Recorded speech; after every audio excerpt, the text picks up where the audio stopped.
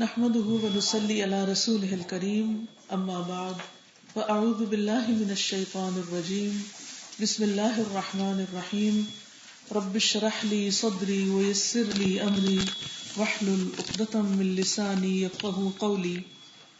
ہم نماز کے بعد کے اذکار پڑھ رہے تھے. کل ہم نے الحمدللہ 5 اذکار پڑھے. آج ہم نمبر 6 سے آغاز کریں گے.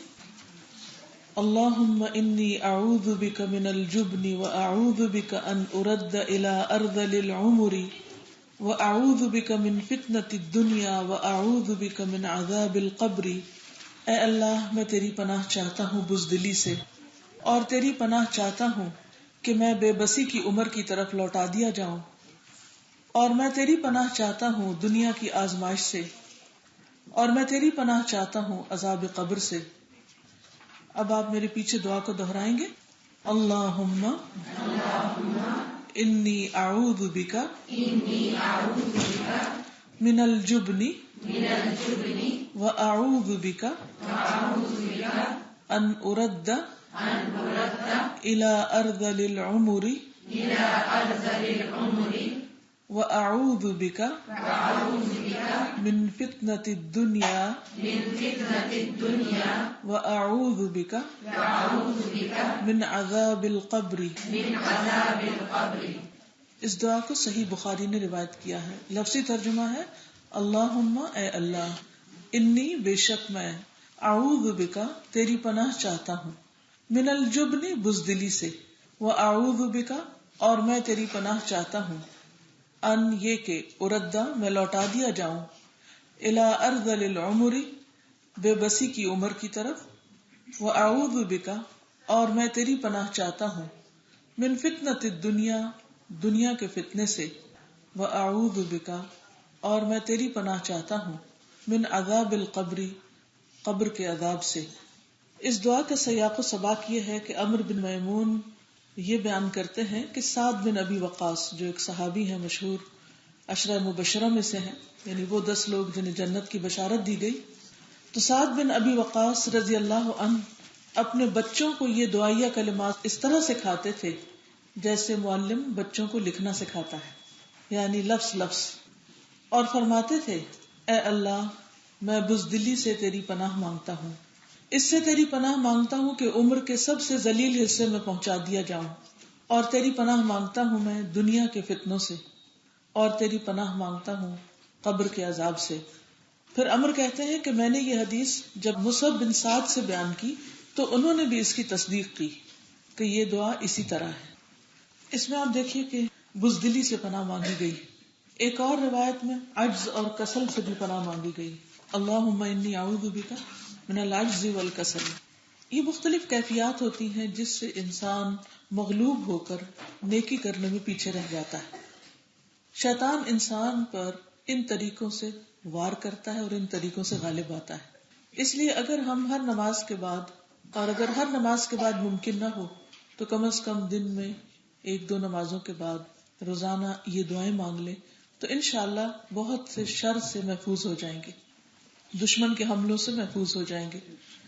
عجز اور کسل کا فرق یہ ہے کہ عجز ایسی کیفیت کا نام ہے کہ انسان کوئی کام کر ہی نہ سکے، اس کی طاقت ہی نہ ہو، اس میں قدرت ہی نہ ہو، ہینڈی کیپ ہو.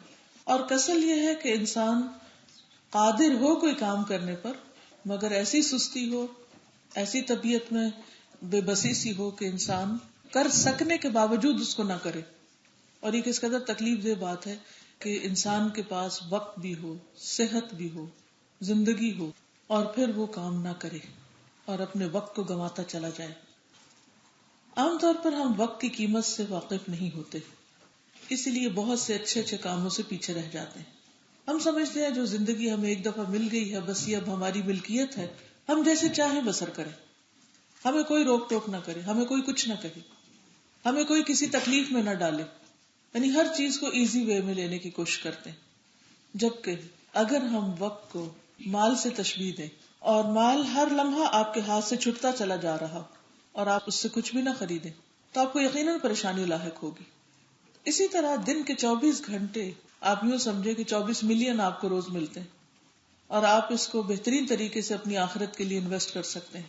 لیکن جب آپ کچھ بھی نہیں کرتے ان اوقات میں، یعنی ہر گھنٹے کے اندر آپ کوئی پروڈکٹیو کام نہیں کرتے، نیکی میں آگے نہیں بڑھتے، خیر کے کام میں آگے نہیں بڑھتے، خدمت خلق میں آگے نہیں بڑھتے، تو گویا آپ اپنے آپ کو ضائع کرتے چلے جاتے ہیں.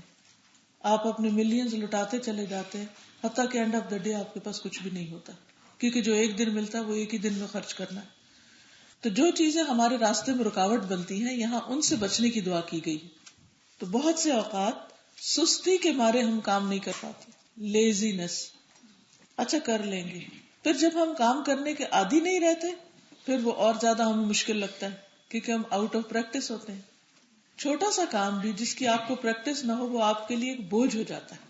حتیٰ کہ وقت کے گزرنے کے ساتھ ساتھ نہ آپ کا جسم آپ کا ساتھ دیتا ہے، نہ وقت بعض اوقات آپ کا ساتھ دیتا ہے، اور انسان بالکل آؤٹ آف کنٹرول ہو جاتا ہے اس کے لیے کہ وہ اس کام کو کر سکے جس کی وہ تمنا کرتا ہے. زندگی کے مختلف اوقات میں ہمیں مختلف کام کرنے ہیں. جب وہ وقت گزر جاتا ہے تو وہ کام پھر دوبارہ کرنا بہت مشکل ہے. مثلا بچے جب چھوٹے ہوتے ہیں تو بچپن کی عمر کس کام کے لیے؟ کیا صرف کھیل کود کے لیے یا کچھ اور کرنے کے لیے بھی؟ بتائیے. پڑھنے لکھنے کے لیے. لیکن اگر آپ 6 سال تک بچے کو اسکول ہی نہیں بھیجتے، اس کو کتاب ہی نہیں پکڑاتے، اس کو پڑھنے کا عادی نہیں بناتے، اسے کسی ڈسپلن کا عادی نہیں کرتے، اور 6 سال کے بعد آپ اسے کہتے ہیں کہ اب تم کچھ لکھنا پڑھنا شروع کرو، تو بائی دا ٹائم کیا ہوتا ہے؟ اس کا مزاج بگڑ چکا ہوتا ہے. وہ کھیل کا اتنا شوقین ہو چکا ہوتا ہے کہ پھر وہ کسی قابو میں نہیں آتا. اس کے مزاج پر، اس کے نفس پر، اس کی طبیعت پر ڈسپلن بہت بھاری گزرتا ہے. اور یہی حال ہم بڑوں کا ہوتا ہے. پھر بچپن کے بعد جوانی کا ایک وقت ہوتا ہے، اس میں بھی انسان مزید مہارتیں، سکلز اور بہت سے ہنر سیکھتا ہے اپنے آپ کو آگے بڑھانے کے لیے. لیکن اگر کوئی انسان اس کو سوتے ہوئے گزار دے، سستی میں گزار دے، تو پھر کیا ہوتا ہے؟ جب جوانی ہاتھ سے چلی جاتی اور انسان بڑھاپے میں قدم رکھ دیتا ہے تو پھر عاجز ہو جاتا ہے اس سے کہ کوئی چیز یاد کر سکے. عربی کا ایک محاورہ ہے جس کا معنی یہ ہے کہ بچپن میں جب کوئی چیز میمورائز کی جاتی ہے تو وہ ایسے ہی ہوتی ہے جیسے پتھر پر نقش ہو، اور جب بڑھاپے میں یا بڑی عمر میں کوئی چیز یاد کرتے ہیں تو وہ ایسے جیسے پانی پر نقش ہو. یعنی آپ پانی پر انگلی سے کچھ پھیرے تو تھوڑی دیر کے لیے آپ کو ایک ڈیزائن بنتا، لہروں میں ہلچل ہوتی نظر آئے گی، اور تھوڑی دیر کے بعد وہ بالکل برابر ہو جائے گا. تو بڑھاپے میں تو کچھ یاد ہی نہیں رہتا، پوری طرح سمجھ ہی نہیں آتا، تو اندر سپارک ہی نہیں ہوتا، آپ کے ہیپی ہارمونز ہی ختم ہو جاتے ہیں، آپ کو مسکرانا بھی ایک بہت بڑا بوجھ لگتا ہے. تو بچپن اور جوانی کا وقت جو بہترین وقت ہے زندگی کا، اس کو سستی میں نہیں گنوانا چاہیے، اور اس سے پناہ مانگی گئی ہے. اور یہاں پر سستی کے علاوہ، عجز کے علاوہ خصوصی طور پر جبن سے پناہ مانگی گئی، بزدلی. اس میں آپ دیکھیے اللہم انی اعوذ بک من الجبن، کہ اے اللہ میں تیری پناہ چاہتا ہوں، یعنی اپنے آپ کو بچا کر تیرے حوالے کرتا ہوں جبن سے. جبن کا لفظ با کے سکون کے ساتھ بھی پڑھا جاتا ہے جبن، اور جبن بھی پڑھا جاتا ہے من الجبنی. تو ہو سکتا ہے کہیں اور آپ لکھا ہوا پڑھے جبن تو وہ بھی ٹھیک ہے. اس کا کیا معنی ہے؟ اس کا معنی ہے کسی کام کی جرت کا نہ ہونا، انسان کے اندر بولڈنس کا نہ ہونا، کہ کچھ کرنے کی ہمت ہی نہ کرنا، پہلے سے ہی سوچ لینا کہ میں تو یہ کر ہی نہیں سکتا، اور اگر کیا تو پتہ نہیں کیا ہو جائے گا. آپ دیکھیے کہ کتنے ہی کام ایسے ہیں نیکی کے جو ہم صرف بزدلی کی وجہ سے نہیں کرتے.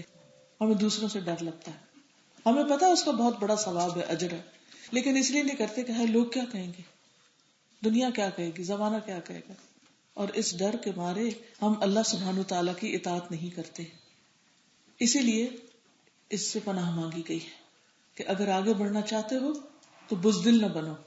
بزدل کا اپوزٹ کیا ہوتا ہے؟ بہادری. بزدلی کا اپوزٹ ہے بہادری. بہادر بنو. اور بریوری جو ہے وہ ایک بہت بڑی کوالٹی ہوتی ہے انسان کے اندر. آپ دیکھیے کہ آپ لوگوں کے مجمع میں نماز کیوں نہیں پڑھ سکتے، بعض اوقات حجاب کیوں نہیں کر سکتے؟ کیونکہ آپ بزدل ہیں. آپ کو اس وقت لوگوں کا ڈر اور خوف ہے، ورنہ آپ کو پتا ہے کہ آپ کے اوپر فرض ہیں یہ دونوں چیزیں، حجاب بھی فرض ہے، نماز بھی فرض ہے. تب آپ دیکھیے کہ اگر انسان کی طبیعت میں ایسی کمزوری ہے کہ وہ فرض بھی نہیں ادا کر سکتا تو کس کام کا ہے وہ کسی کام کا نہیں. بیکار ہے وہ انسان جس کے پاس اتنی طاقت نہیں کہ وہ ہر جگہ پر اللہ سبحانہ و تعالیٰ کی اطاعت کر سکے. اور یہ بزدلی بعض اوقات اتنی بڑھتی ہے کہ انسان اپنا دین بھی بیچ ڈالتا ہے. لوگوں کا خوف اتنا غالب آتا ہے کہ وہ حق کی بات کر ہی نہیں سکتا، حق کا پرچار ہی نہیں کر سکتا، کسی کو صحیح بات ہی نہیں بتا سکتا. اب دیکھیے کہ میدان جنگ سے بھاگنا کبیرہ گناہوں میں سے، لیکن کون بھاگتا ہے؟ جو بزدل ہوتا ہے، کاورڈ ہوتا ہے، وہ پیچھے بھاگ جاتا ہے، وہ خوف کھاتا ہے، جان جانے کا اس کو خوف ہوتا ہے. اسی طرح بعض لوگ اسی وجہ سے مرتد ہو جاتے ہیں، دین کو ہی چھوڑ دیتے ہیں، کیونکہ وہ دین کو ساتھ لے کے دنیا میں ایڈجسٹ نہیں کر سکتے، دنیا میں ترقی نہیں کر سکتے، آگے نہیں بڑھ سکتے. تو کسی بھی قسم کا خوف جو آپ کو اللہ سبحانہ و تعالیٰ کی اطاعت نہ کرنے دے، وہ بزدلی ہے، تو اس سے بھی پناہ مانگنی ہے. پھر اس کے بعد ہے وَأَعُوذُ بِكَ أَنْ أُرَدَّ إِلَىٰ أَرْذَلِ الْعُمُرِ، میں تیری پناہ چاہتا ہوں اس بات سے کہ میں سب سے گھٹیا عمر کی طرف لوٹا دیا جاؤں. گھٹیا عمر کون سی ہوتی ہے؟ انتہائی بڑھاپا، شدید بڑھاپا، کہ انسان ویسا ہی ہو جائے جیسا وہ بچپن میں تھا، بالکل بچہ بن جائے، بچوں کی طرح بات بے بات پہ رونے لگے، بغیر موقع کے ہنسنے لگے، کسی وقت بغیر وجہ کے چلانے لگے، اٹھنے کے قابل نہ ہو، ہر چیز میں دوسروں پر ڈیپینڈنٹ ہو جائے، دوسروں پر بوجھ بن جائے، حتیٰ کہ اس کے آس پاس والے بس اس کے مرنے کا انتظار کرنے لگے یا پھر اس کے مرنے کی دعائیں کرنے لگے کہ کب اس سے ہماری جان چھوٹے گی. تو ایسا انسان جو محبتوں سے محروم ہو جائے، عزت پانے کے بعد عزتوں سے محروم ہو جائے کہ اپنی اولاد بھی عزت نہیں کرتی، وہ بھی اس کو وبال سمجھتی ہے، ایک بوجھ سمجھتی ہے، اور پھر انسان اپنے فرائض بھی ادا نہ کر سکے. اب آپ دیکھیے کہ بعض اوقات انسان کی ایسی کیفیت ہو جاتی ہے کہ جس میں بڑھاپے کی وجہ سے یا بعض اوقات کئی بیماریوں کی وجہ سے بڑھاپے سے پہلے انسان گھٹیا عمر کی طرف آ جاتا ہے. ایک زندگی ہوتی ہے، ایک عمر ہوتی ہے جس میں انسان بہت کچھ کر سکتا ہے، اللہ سبحانہ تعالیٰ کی عبادت بھی اور بندوں کی خدمت بھی. پھر انسان کے ساتھ کوئی حادثہ ہو جاتا ہے، نہ وہ عبادت کے قابل رہتا ہے نہ خدمت کے قابل رہتا ہے، کیونکہ یہ دو چیزیں ہمارے مسلمان ہونے کے اعتبار سے 2 بیسک کوالٹیز ہیں کہ ایک طرف ہمیں اللہ تعالیٰ کی عبادت کرنی، دوسری طرف بندوں کی خدمت کرنی. دونوں ہی ریکوائرڈ ہے، ایک طرف اللہ تعالیٰ کے حقوق ادا کرنے، دوسری طرف بندوں کے حقوق ادا کرنے. لیکن اگر انسان نہ تو عبادت کر سکے، نہ وضو کرنے کے قابل ہے، نہ رکوع کرنے کے، نہ سجدہ کرنے کے، نہ اپنا کوئی کام کرنے کے، اور وہ سراسر دوسروں پر بوجھ ہے، تو پھر یہ زندگی کس کام کی زندگی؟ اس میں نہ تو وہ دنیا میں ترقی کر سکتا اور نہ آخرت کے لیے کوئی ترقی کر سکتا ہے کہ وہاں کوئی اجر عظیم پا سکے. تو اس لیے اس عمر سے بھی پناہ مانگی گئی ہے. اور ہر شخص جو زندگی میں آگے بڑھتا چلا جاتا ہے، بڑھاپے کی سرحدوں میں قدم رکھ دیتا ہے، اس کو انتہائی شدید بوڑھا ہونے کا خوف لاحق ہوتا ہے. جب تک انسان جوان ہوتا ہے وہ ان کیفیات کو سمجھ بھی نہیں سکتا کہ بڑھاپا کیا چیز ہے، لیکن جب انسان بوڑھا ہونے لگتا ہے تو پھر اس کو پچھلے وقت اور گزری عمر کی قدر آتی، کاش یہ کام میں کچھ پہلے شروع کر لیتا. تو اس لیے جوانی کے بارے میں خاص طور پر زیادہ سوال کیا جائے گا. ابن آدم کے قدم میدان حشر سے ٹل نہ سکیں گے جب تک کہ وہ کچھ سوالوں کا جواب نہ دے دے، اور ان میں سے ایک کہ عمر کس کام میں گزاری اور پھر خصوصاً جوانی کس کام میں گزاری. تو اس لیے انسان کو بڑھاپے سے یا گھٹیا عمر سے پناہ مانگنی چاہیے، یعنی جس کو آپ کہتے ہیں نا کوالٹی لائف. بیسیکلی دوسرے ورڈز میں یہ دعا ہے کوالٹی لائف کے لیے کہ اللہ تو ہمیں کوالٹی لائف دے کہ جس میں ہم کچھ کرنے کے قابل ہوں، کہ ہمارے دل میں بھی امنگیں ہوں، ہماری زبان سے بھی دوسروں کے لیے اچھے لفظ نکلے، ہم کچھ سیکھنے کے قابل بھی ہوں، کچھ سکھانے کے قابل بھی ہوں، دوسروں کی مدد اور خدمت کے قابل بھی ہوں. تو اس لیے ہر گزرتے لمحے کو اچھی طرح استعمال کیجیے، مفید کاموں میں لگائیے، لفظ چیزوں سے دور رہیے، وقت ضائع کرنے سے بچیے. پھر اس کے بعد وَأَعُوذُ بِكَ مِن فِتْنَةِ الدُّنْيَا، اللہ میں دنیا کے فتنے سے تیری پناہ چاہتا ہوں. دنیا کا فتنہ کیا ہے؟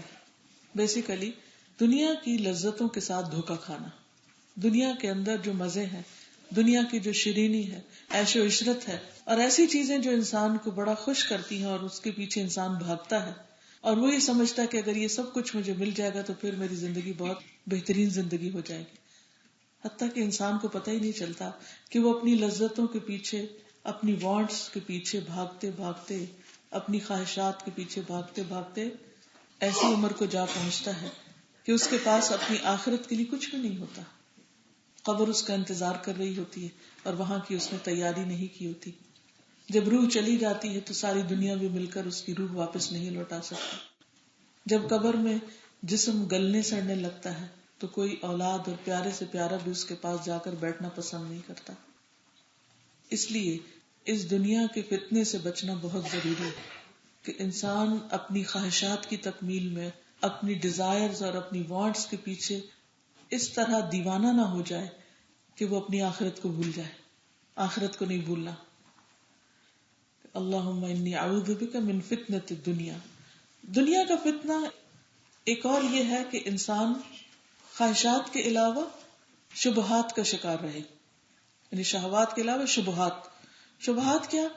کہ انسان اس زندگی کی حقیقت کو نہ سمجھے اور یہ دنیا اس کو آخرت کے بارے میں دھوکے میں ڈال دے. جیسے قرآن مجید میں آتا ہے نا، فلا تغرنکم الحیات الدنیا. دنیا کی زندگی تمہیں دھوکے میں نہ ڈالے. دنیا کا دھوکا کیا ہوتا ہے کہ انسان سمجھتا ہے میں ہمیشہ ایسے ہی رہوں گا، ایسے ایسے سامان اپنے لیے تیار کرتا ہے گویا اس کو دنیا سے جانا ہی، اور اپنی آخرت کی تیاری کے لیے کچھ بھی وقت نہیں نکالتا. آج عملی زندگی میں آپ دیکھیے کہ دن کا کتنا حصہ ہم صرف دنیا کے کاموں میں لگا دیتے ہیں اور دن کا کتنا حصہ ہم اپنی آخرت کی تیاری کے لیے لگاتے ہیں. ہماری عبادت کی کوالٹی کیا ہے؟ ہمارے اللہ سبحانہ و تعالیٰ کے لیے کیے جانے والے کاموں کی کوالٹی کیا ہے؟ ان کے لیے ہم کتنا مال، کتنا وقت، کتنی انرجیز، کتنا ٹیلنٹ اور سکلز لگاتے ہیں. جب اپنا ذاتی بزنس کو رن کرنا ہو تو ہمارے سارے سینسز کام کرنے لگتے ہیں. ہم اعلیٰ سے اعلیٰ کوالٹی کی چیزیں دینے کی کوشش کرتے ہیں. لیکن جب دین کی خدمت کرنی ہو، دین کے لیے کوئی وقت نکالنا ہو، یا کوئی پریزنٹیشن دینی ہو، یا اس کا انٹروڈکشن یا تعلیم، یا اس کے لیے کوئی ارینجمنٹس کرنے ہو، تو سب سے لوئسٹ کوالٹی کے کرتے ہیں.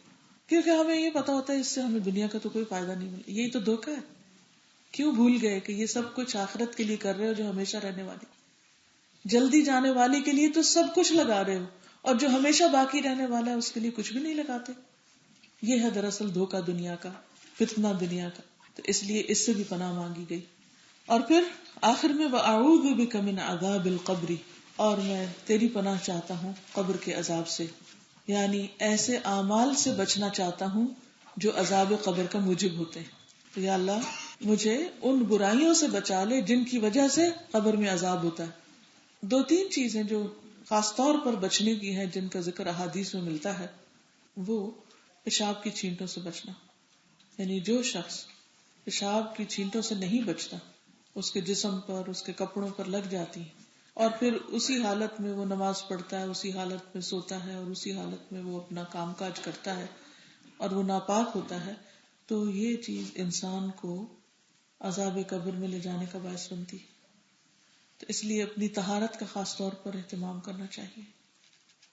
دوسری چیز غیبت اور چغل خوری، ادھر کی بات ادھر لگانا، ادھر کی بات ادھر لگانا، لوگوں کو آپس میں لڑوانا، یہ عذاب قبر کا باعث ہوتا ہے. آپ دیکھیے کہ 2 طرح کے لوگ ہوتے ہیں، ایک پاک مزاج اور دوسرے بد مزاج. پاک مزاج کون لوگ ہوتے ہیں؟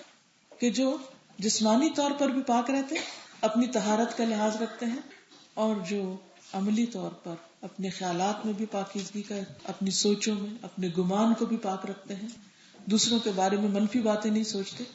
اگر کوئی ان کے ساتھ اچھا کرے تو شکر گزار ہوتے ہیں، اگر کسی کی بات ان کو بری لگے تو اس سے درگزر کر جاتے، اس کو کھوج نہیں لگاتے، اس کے پیچھے نہیں پڑتے، بیکار چیزوں کے پیچھے نہیں جاتے جن سے حاصل کچھ نہ ہو سوائے پریشانی کے. تو جو پاک مزاج لوگ ہوتے ہیں وہ دوسروں کو معاف کرنے والے ہوتے ہیں، درگزر کرنے والے ہوتے ہیں، وہ اہم ترین چیزوں پر فوکس کرنے والے ہوتے ہیں. لیکن جو بد مزاج لوگ ہوتے ہیں وہ چھوٹی چھوٹی چیزوں کو مائنڈ کر لیتے ہیں، چھوٹی چھوٹی چیزوں کے بارے میں وہ اتنا کنسرن ہوتے ہیں کہ اعلیٰ ترین مقاصد بھول جاتے ہیں. نتیجہ کیا ہوتا ہے کہ پھر ان کی چونکہ سوچوں کے اندر ایک نیگیٹیوٹی ہوتی ہے تو وہ ان کی زبان سے بھی نکل رہا ہوتا ہے. وہ کسی کا ذکر اچھے الفاظ میں نہیں کر پاتے کیونکہ وہ ان کے مزاج میں ہے ہی نہیں نا. جیسی زمین ہوگی ویسا ہی پودا نکلے گا نا. تو ہمارا دل ایک زمین کی طرح ہے جس کے اندر ہم ایمان کا بیج بوتے ہیں. تو ایمان کا پودا عمل کی شکل میں اسی وقت اسٹرانگ ہوگا، اچھا ہوگا، خوبصورت ہوگا کہ جب ہمارا دل اچھا ہوگا، اس کے اندر ایمان ہوگا، ایمان کی روشنی ہوگی اور لوگوں کے بارے میں اچھے خیالات ہوں گے. لیکن جو لوگ ہر وقت نفرتوں کے بیج بوتے ہیں اپنے اندر، پھر ان کی زبان بھی نفرتیں اگلتی ہیں، ان کی زبان بھی ہر وقت برے تذکرے کرتی ہیں کیونکہ وہ اندر بگڑ چکا ہے. اور جس کے نتیجے میں غیبت ہوتی ہے، چغل خوری ہوتی ہے. وہ ایسا نہیں ہوتا کہ اچانک کوئی سوچ سمجھ کے کرتے ہیں، وہ عادت سے مجبور ہو چکے ہوتے ہیں، کیونکہ ان کے اندر اتنا لاوا پکا ہوا ہے کہ جس وقت بھی وہ ربط ہوتا ہے، موقع ملتا ہے ان کو بات کرنے کا، کسی کے بارے میں گفتگو کرنے کا، تو پھر قابل دید ہوتے ہیں وہ لوگ کہ جب کسی کی پیٹھ پیچھے بیٹھ کر ان کے بارے میں تبصرے کرتے ہیں، اور چھوٹی چھوٹی ناراضگیوں کی وجہ سے، چاہے وہ خاندان کے اندر ہوں، چاہے وہ کسی اور کے ساتھ ہوں، آپ کہیں بھی بیٹھے ان سے آپ کو خیر کی توقع نہیں ہوگی، کچھ نہ کچھ شر ان کی زبان اگلتی رہے گی، کسی نہ کسی کو سلینڈر کرتے رہیں، کسی نہ کسی کے بارے میں برا بھلا کہتے ہی رہیں گے، بیکار میں لوگوں کے اوپر تبصرے کر رہے ہوں گے.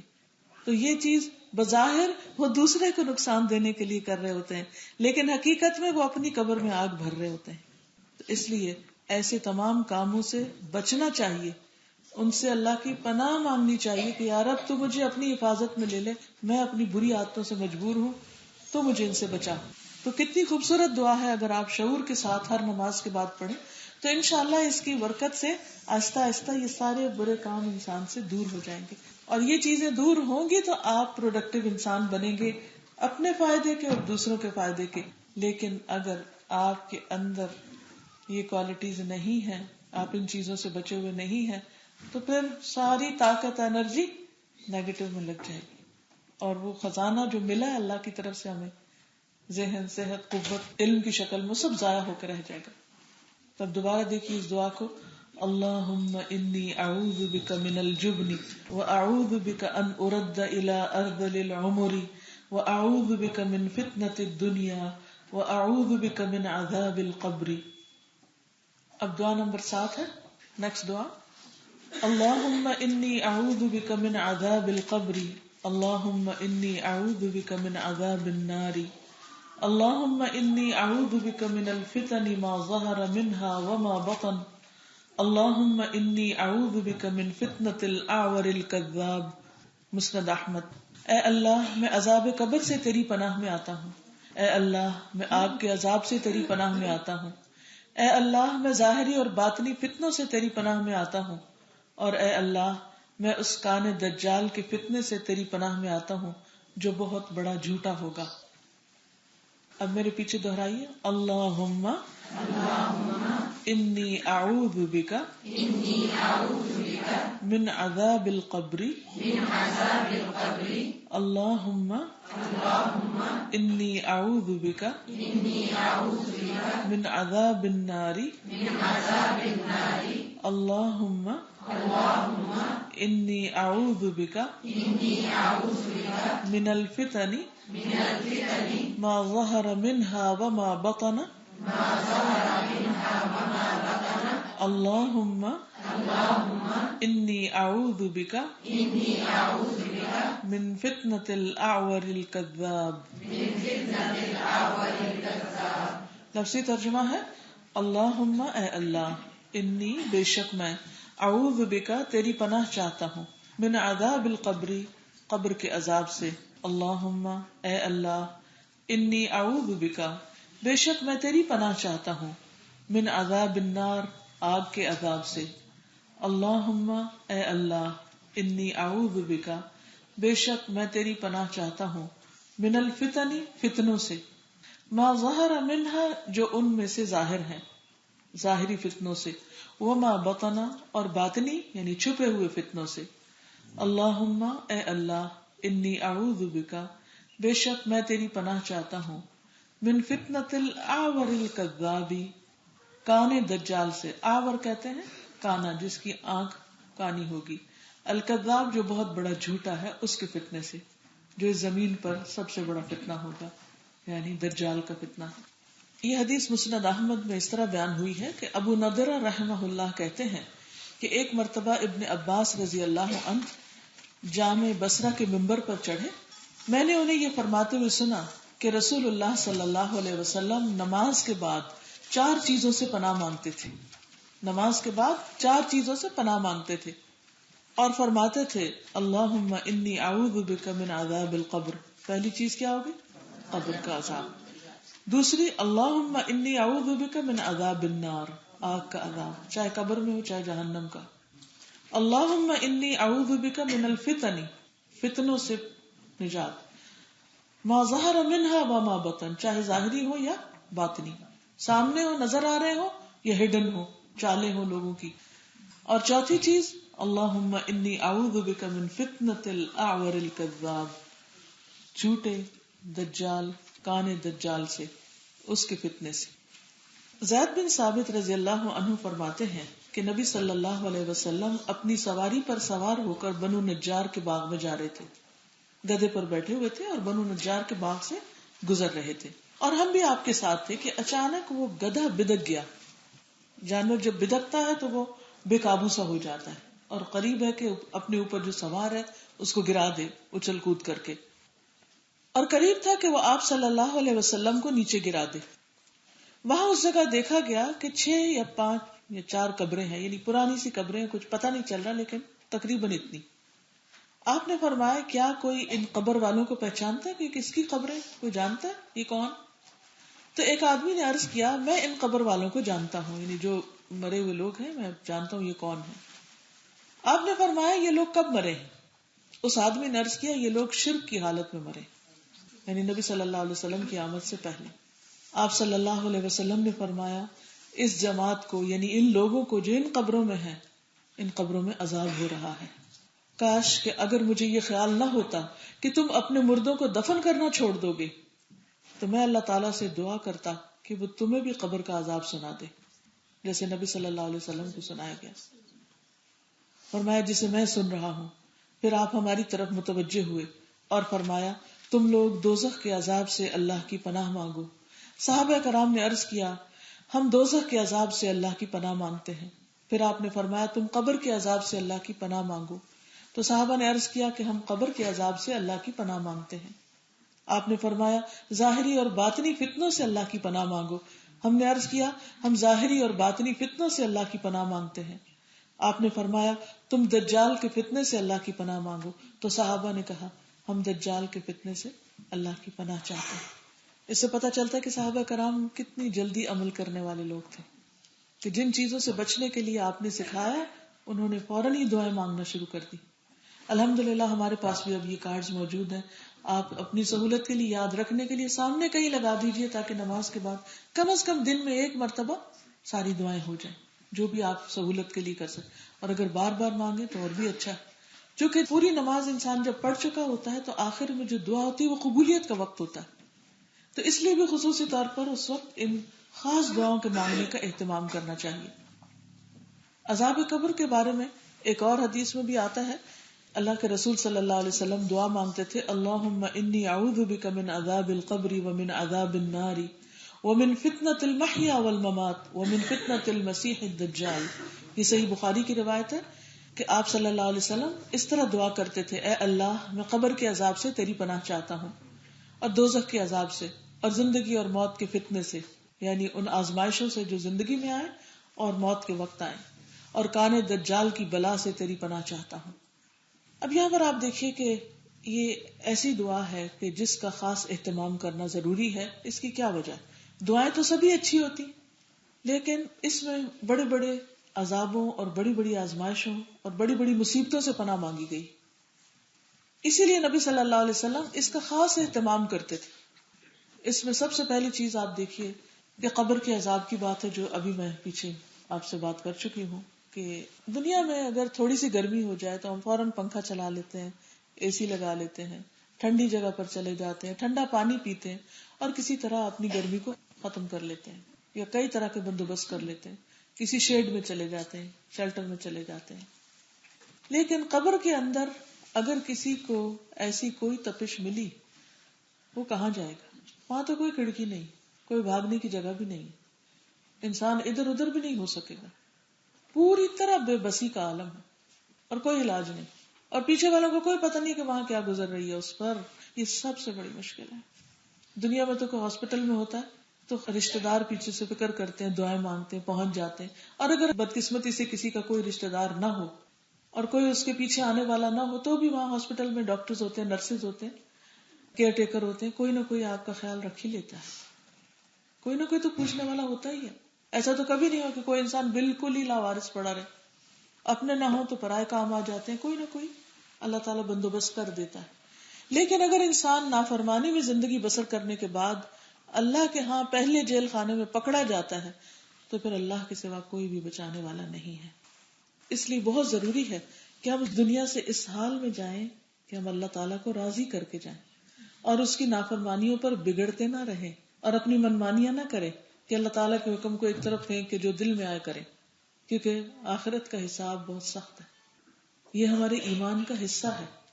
دوسری چیز خاص طور پر آگ کا عذاب، یعنی دوزخ کا عذاب، جہنم کا عذاب. قرآن مجید میں آتا ہے من زحزح عن النار وادخل الجنۃ فقد فاز، جو آگ سے بچا لیا گیا اور جنت میں داخل کر دیا گیا وہ کامیاب ہوا. وہ ہے اصل میں موسٹ سکسیسفل پرسن، کیونکہ وہ الٹیمیٹ سکسیس ہے کہ انسان آگ سے بچا کے جنت میں چلا جائے.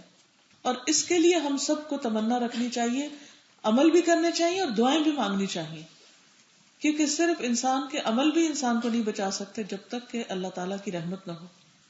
تو ہمیں ایسے کام زیادہ سے زیادہ کرنے چاہیے کہ جس سے اللہ سبحانہ وتعالیٰ کی رحمت ہم پر آئے. اور اس میں اہم ترین یہ ہے کہ ہم اس کی مخلوق کے ساتھ مہربان ہو جائیں، اس کی عبادت کے ساتھ ساتھ. اور مخلوق کے ساتھ مہربانی کیا ہے؟ ایک تو یہ کہ چلیں ان کو وقتی طور پر ان کے کوئی کام کر دیں، لیکن اصل مہربانی یہ ہے کہ ان کی آخرت کی فکر کریں. جیسے اپنے بھلائی کے لیے فکر مند ہے کہ ہم آگ سے بچ جائیں، اسی طرح سب سے بڑی بھلائی کسی کی یہ ہے کہ اسے آگ سے بچایا جائے. رسول اللہ صلی اللہ علیہ وسلم کو کیا ٹائٹل ملا؟ وما ارسلناک الا رحمۃ للعالمین، کہ آپ سارے جہان والوں کے لیے رحمت بنا کر بھیجے گئے. وہ کیا رحمت تھی آپ کی، وہ کیا مرضی تھی، وہ کیا مہربانی تھی کہ آپ نے لوگوں کو سیدھا رستہ بتایا اور وہ طریقے بتائے کہ جس کی وجہ سے لوگ جہنم سے بچ سکیں، قبر کے عذاب سے بچ سکیں، حقیقی معنوں میں کامیاب ہو سکیں. یہ تھی آپ کی مہربانی. جیسے کہ اوپر کی حدیث میں آپ نے دیکھا کہ وہ قبروں والے وہ پہلے سے جا چکے تھے، وہ نبی صلی اللہ علیہ وسلم کے زمانے سے پہلے فوت ہو گئے تھے اور شرک میں فوت ہو گئے تھے، غلط کام کرتے ہوئے فوت ہو گئے تھے. تو کوئی ایکسکیوز تو نہیں ہے نا. اللہ سبحانہ وتعالیٰ نے انسان کے اندر ضمیر بھی رکھا ہے جس کو اچھے برے کی پہچان دیتا ہے. باہر بھی بہت سے اسباب رکھے، پوری کائنات بنائی ہے جس کی ہر چیز ایک نشانی ہے. ایک آیات ہے جو قرآن کے اندر ہے اور ایک وہ ہے جو کائنات کے اندر ہے، جو انسان کو اللہ سبحانہ وتعالیٰ کا تعارف کراتی کہ یہ سب کچھ خود نہیں بن سکتا اور ان کا بنانے والا ہی دراصل ہمارا رب ہے. اسی لیے ہم دیکھتے ہیں کہ دور جاہلیت میں بھی کچھ لوگ ایسے تھے کہ جو کبھی شرک نہیں کرتے تھے، ان کو حنفاء کہا جاتا ہے، ان کو شرک سے نفرت تھی. خود نبی صلی اللہ علیہ وسلم مشرکین کے بیچ میں رہتے تھے، لیکن آپ نے 40 سال کی عمر تک کبھی بھی شرک نہیں کیا، کبھی آپ غیر اللہ کے آگے نہیں جھکے، کبھی بتوں کی نظر و نیاز نہیں دی، کبھی کوئی ایسا کام نہیں کیا بے حیائی کا کہ جس سے اللہ سبحانہ وتعالیٰ کی ناراضگی ہے. تو بہت سے لوگ اب بھی آپ دیکھیں دنیا میں ایسے ہوتے ہیں کہ جن کو اسلام کی دعوت پوری طرح نہیں پہنچی ہوتی، لیکن اس کے باوجود ان کو برائیوں سے نفرت ہوتی، کیونکہ اللہ سبحانہ وتعالیٰ نے انسان کی فطرت کے اندر برائی سے نفرت رکھی. ہاں اگر وہ فطرت مسخ ہو جائے اور شیطان انسان پہ قابو پا لے، اور شیطان آتا ہے خواہشات کے راستے سے، تو پھر اس صورت میں انسان جو چاہے کرے، اور پھر جو چاہے کرنا دراصل اس کو اللہ سبحانہ وتعالیٰ سے دور کر دیتا ہے، ناراضگی کا ذریعہ بنتا ہے. کیونکہ دنیا اللہ کی ہے، ہم اپنی مرضی سے نہیں رہ سکتے. اللہ تعالیٰ نے ہمیں اس کی اجازت نہیں دی کہ آپ جو جی چاہے کرو. ہمارے لیے حدود رکھی ہیں، حلال حرام کا فرق بتایا ہے، کبیرہ صغیرہ گناہوں کے بارے میں بتایا. اگر ہم جاننے کی کوشش نہ کریں تو اس میں ہماری اپنی غلطی ہوگی. تو بہرحال دوسری چیز آگ کا عذاب، اور پھر تیسری چیز دنیا کے فتنے، جس میں ما ظاہر منہا وما بطن. کچھ فتنے تو ظاہر ہوتے ہیں، پتہ چل جاتا ہے یہ فتنہ ہے، یہ تو آزمائش ہے، تو دھوکہ ہے. اور کچھ ایسے چھپے ہوئے ہیں کہ انسان کو پتہ بھی نہیں چلتا کہ وہ فتنے کا شکار ہو رہا ہے. اور چوتھی چیز دجال. دجال کے بارے میں ہمیں جاننا بہت ضروری ہے، کیونکہ اس دنیا میں سب سے بڑا فتنہ دجال کا ہے کہ جو سفید کو سیاہ اور سیاہ کو سفید کر دکھائے گا، زندہ کو مار دے گا اور مرے ہوئے کو زندہ کر کے دکھا دے گا، جس کی وجہ سے لوگوں کا ایمان خطرے میں پڑ جائے گا. دجال کے بارے میں بہت سی انفارمیشن الحمدللہ قرآن و سنت میں موجود ہے. اگر آپ الہدا کی ویب سائٹ پہ جائیں تو آپ کو دجال کے بارے میں لیکچرز اور مٹیریل مل جائے گا. بکس بھی آپ کو مل جائیں گی کہیں نہ کہیں سے جو اوتھینٹک ہے، لیکن آپ ضرور پڑھیے اور آپ کے علم میں ہونا چاہیے. قیامت کی نشانیوں کے بارے میں جو بکس ہیں ان میں بھی دجال کا ذکر آتا ہے. تو چونکہ دجال انسان کے ایمان کا دشمن ہے، اس لیے کوئی بھی چیز جس سے انسان کے ایمان کو خطرہ ہو اس سے بچنے کی دعا کرنی چاہیے. وہ تو بہت بڑا فتنہ ہے، لیکن اس سے بھی چھوٹے چھوٹے جتنے فتنے ہیں آپ کے لیے یا آپ کے بچوں کے لیے، جہاں آپ محسوس کریں کہ ان کا ایمان جا رہا ہے، ان چیزوں سے پھر بچنے کی فکر کریں اور پوری بھرپور کوشش کریں اپنے بچوں کے لیے بھی، دوسروں کے بچوں کے لیے بھی، کہ ایسا ماحول، ایسی تعلیم کا انتظام کریں کہ جس سے وہ سارے فتنے جو آج کے دور میں پائے جاتے ہیں، جن فتنوں سے اللہ کی نافرمانی کے دروازے کھلتے ہیں، ان سے آپ بچ سکیں. خواہ وہ دین سے باہر نکل جانا ہو، خواہ وہ اللہ اور اس کے رسول کی پرواہ نہ کرنا ہو، یا دین کو برا بھلا کہنا ہو، یا دین والوں کو برا بھلا کہنا ہو، یا پھر اسی طرح دیگر دنیا کی ایسی شدید محبت کہ جس کی وجہ سے حرام حلال کا خیال نہ رکھے انسان. مال کا فتنہ بھی ایک بہت بڑا فتنہ ہے جو ظاہری فتنہ ہے. اسی طرح بعض خیالات ایسے ہوتے ہیں اللہ تعالیٰ کے بارے میں، اللہ کے رسول صلی اللہ علیہ وسلم کے بارے میں وسوسوں کی شکل میں، کہ جو انسان کے لیے فتنہ بن جاتے ہیں، جس کی وجہ سے انسان کا ایمان بھی خراب ہوتا ہے اور اس کا عمل بھی ختم ہو جاتا ہے نیک. ان چیزوں سے بھی بچنے کی ضرورت ہے. ایسی محفل سے، ایسے لوگوں سے بچنے کی ضرورت ہے، یا ایسی کتابوں سے یا ایسی تحریروں سے کہ جس سے انسان کے ایمان میں خلل آئے، انسان کے ایمان اور یقین میں کمی ہو، اور ان لوگوں کے پاس بیٹھے ان چیزوں کا اہتمام کرے کہ جس سے انسان کا ایمان بڑھے. کیونکہ انسان کا دشمن شیطان ہر وقت اس کے ساتھ ہے جو اس کو فتنوں میں ڈال کر اللہ سے دور کرتا ہے. تو دعا بھی کرنی چاہیے ہر نماز کے بعد اور دعا بھی کرتے رہنا چاہیے. اگلی دعا ہے لا الہ الا اللہ وحدہ لا شریک لہ لہ الملک ولہ الحمد وہو علی کل شیء قدیر اللہم لا مانع لما اعطیت ولا معطی لما منعت ولا ينفع ذا الجد منک الجد. صحیح بخاری کی روایت ہے، اللہ کے سوا کوئی معبود نہیں، وہ اکیلا ہے، اس کا کوئی شریک نہیں، تمام بادشاہت اسی کے لیے ہے اور تمام تعریف اسی کے لیے ہے، اور وہ ہر چیز پر قدرت رکھنے والا ہے. اے اللہ، کوئی نہیں روک سکتا جو آپ عطا کرنا چاہیں، اور کوئی نہیں دے سکتا جو آپ نہ دینا چاہیں، اور کسی دولت مند کو اس کی دولت آپ کے مقابلے میں کوئی فائدہ نہیں دے سکتی. دہرائیے لا الہ الا اللہ وحدہ لا شریک لہ لہ الملک ولہ الحمد وہو علی کل شیء قدیر اللہم لا مانع لما اعطیت ولا معطی لما منعت ولا ينفع ذا الجد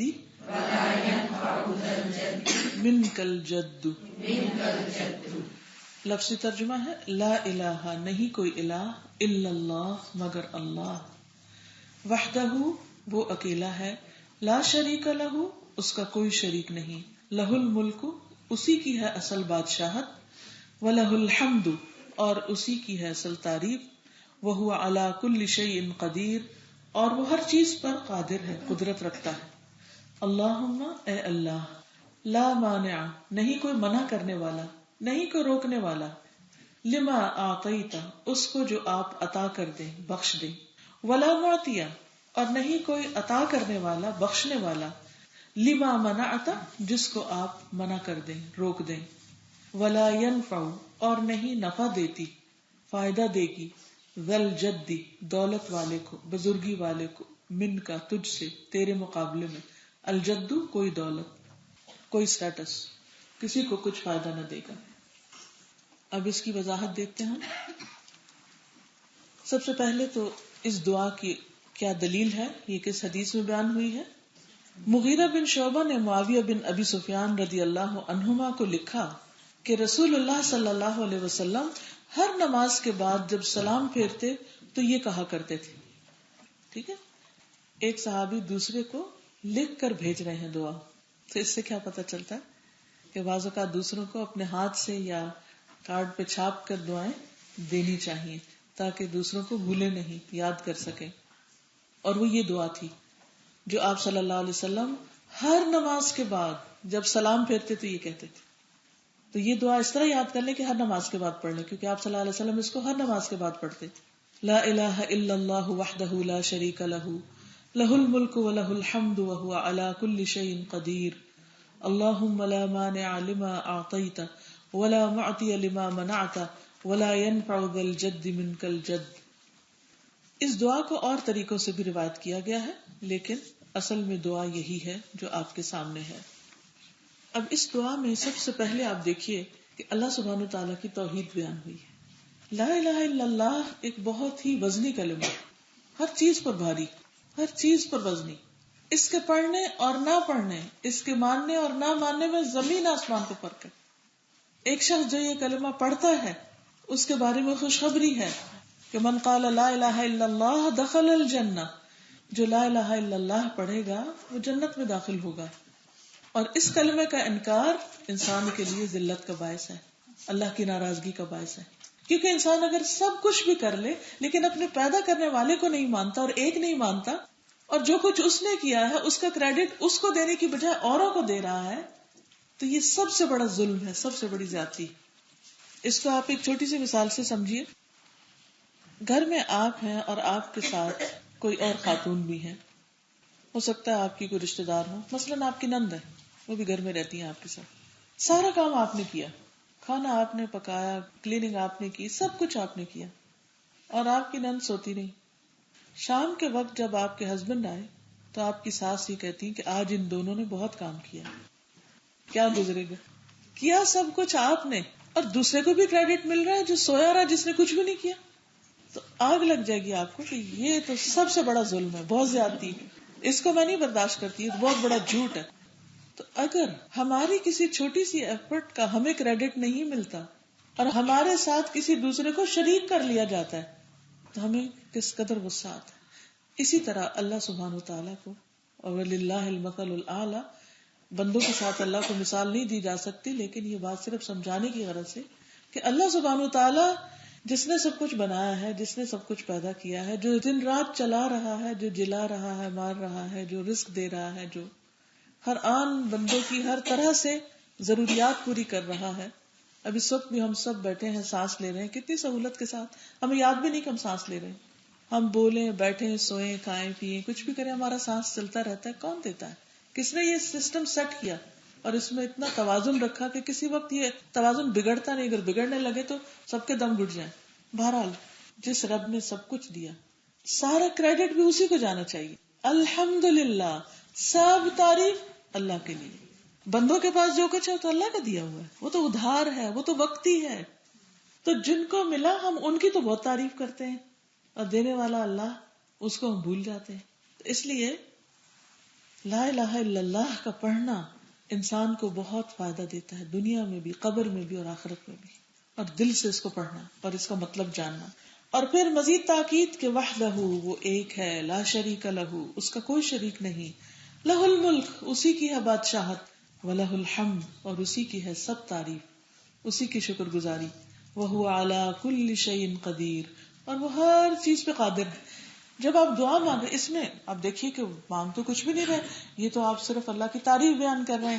اور دیکھیے کہ یہ مانگنے کا سب سے بہترین طریقہ ہوتا ہے کہ انسان اپنی ضرورت بتانے کی بجائے صرف دوسرے کو اپریشیٹ کر دے. مثلا آپ دیکھیے پرانے زمانے میں بادشاہوں کے پاس شاعر حضرات آتے تھے، وہ صرف ان کی مدح بیان کرتے تھے اور اس کے بعد بڑے بڑے انعام پاتے تھے.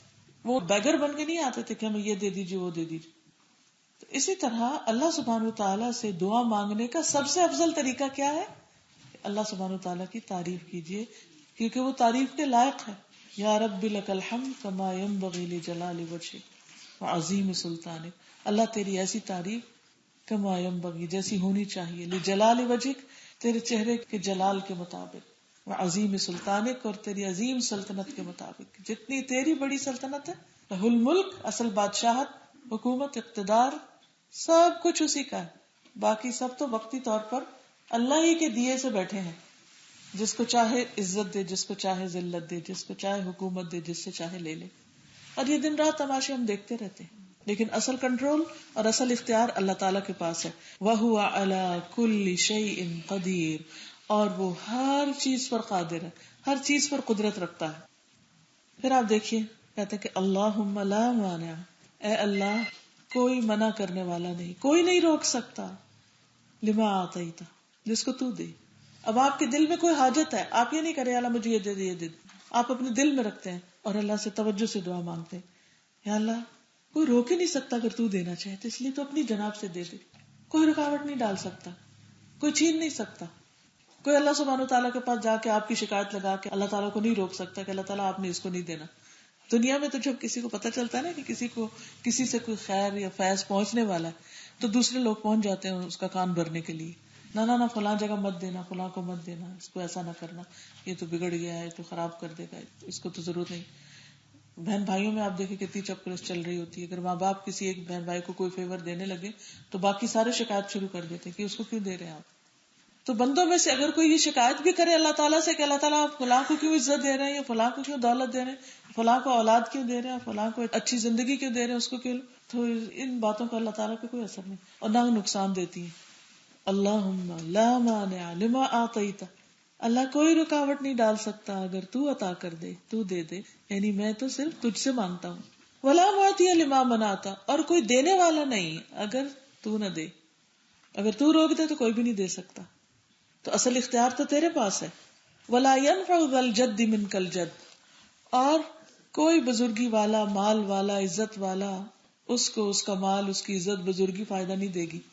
دنیا میں کوئی موسٹ پاورفل شخصیت بھی ہے، اگر دنیا میں کوئی شخص سب سے زیادہ اختیار رکھتا ہے، سب سے زیادہ طاقت رکھتا ہے، سب سے زیادہ مال رکھتا ہے، سب سے زیادہ بڑی حکومت ہے اس کی، کچھ بھی ہے، کسی بھی قسم کی کوئی طاقت ہے اس کے پاس، وہ اسے اللہ کے عذاب سے نہیں بچا سکتی اگر وہ اللہ کا اطاعت گزار نہیں. فرعون، حامان، قارون، ابی بن خلف، ان سب کا کیا انجام ہوا؟ کیا ان کے پاس طاقت کم تھی؟ لیکن یہ طاقت ان کو نہیں بچا سکی اللہ کے عذاب سے. ہاں اگر ایک عاجز مسکین انسان اللہ کا فرما بردار ہے تو اس کی یہ عاجزی اور مسکینی اور فرما برداری اللہ سبحانہ تعالیٰ کو راضی کرے گی. تو اللہ تعالیٰ کے ہاں عمل چلتا ہے، عجز ان کی ساری چلتی ہے. اللہ سبحانہ تعالیٰ کے ہاں کسی کا دنیاوی سٹیٹس کام نہیں آتا.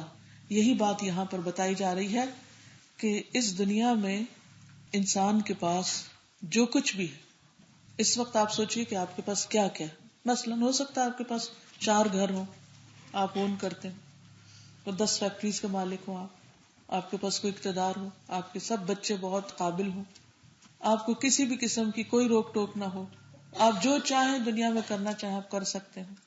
ہو سکتا ہے دنیا میں آپ بہت کامیاب سمجھے جاتے ہیں اور لوگ اس بنا پر آپ کی بہت عزت کرتے ہیں.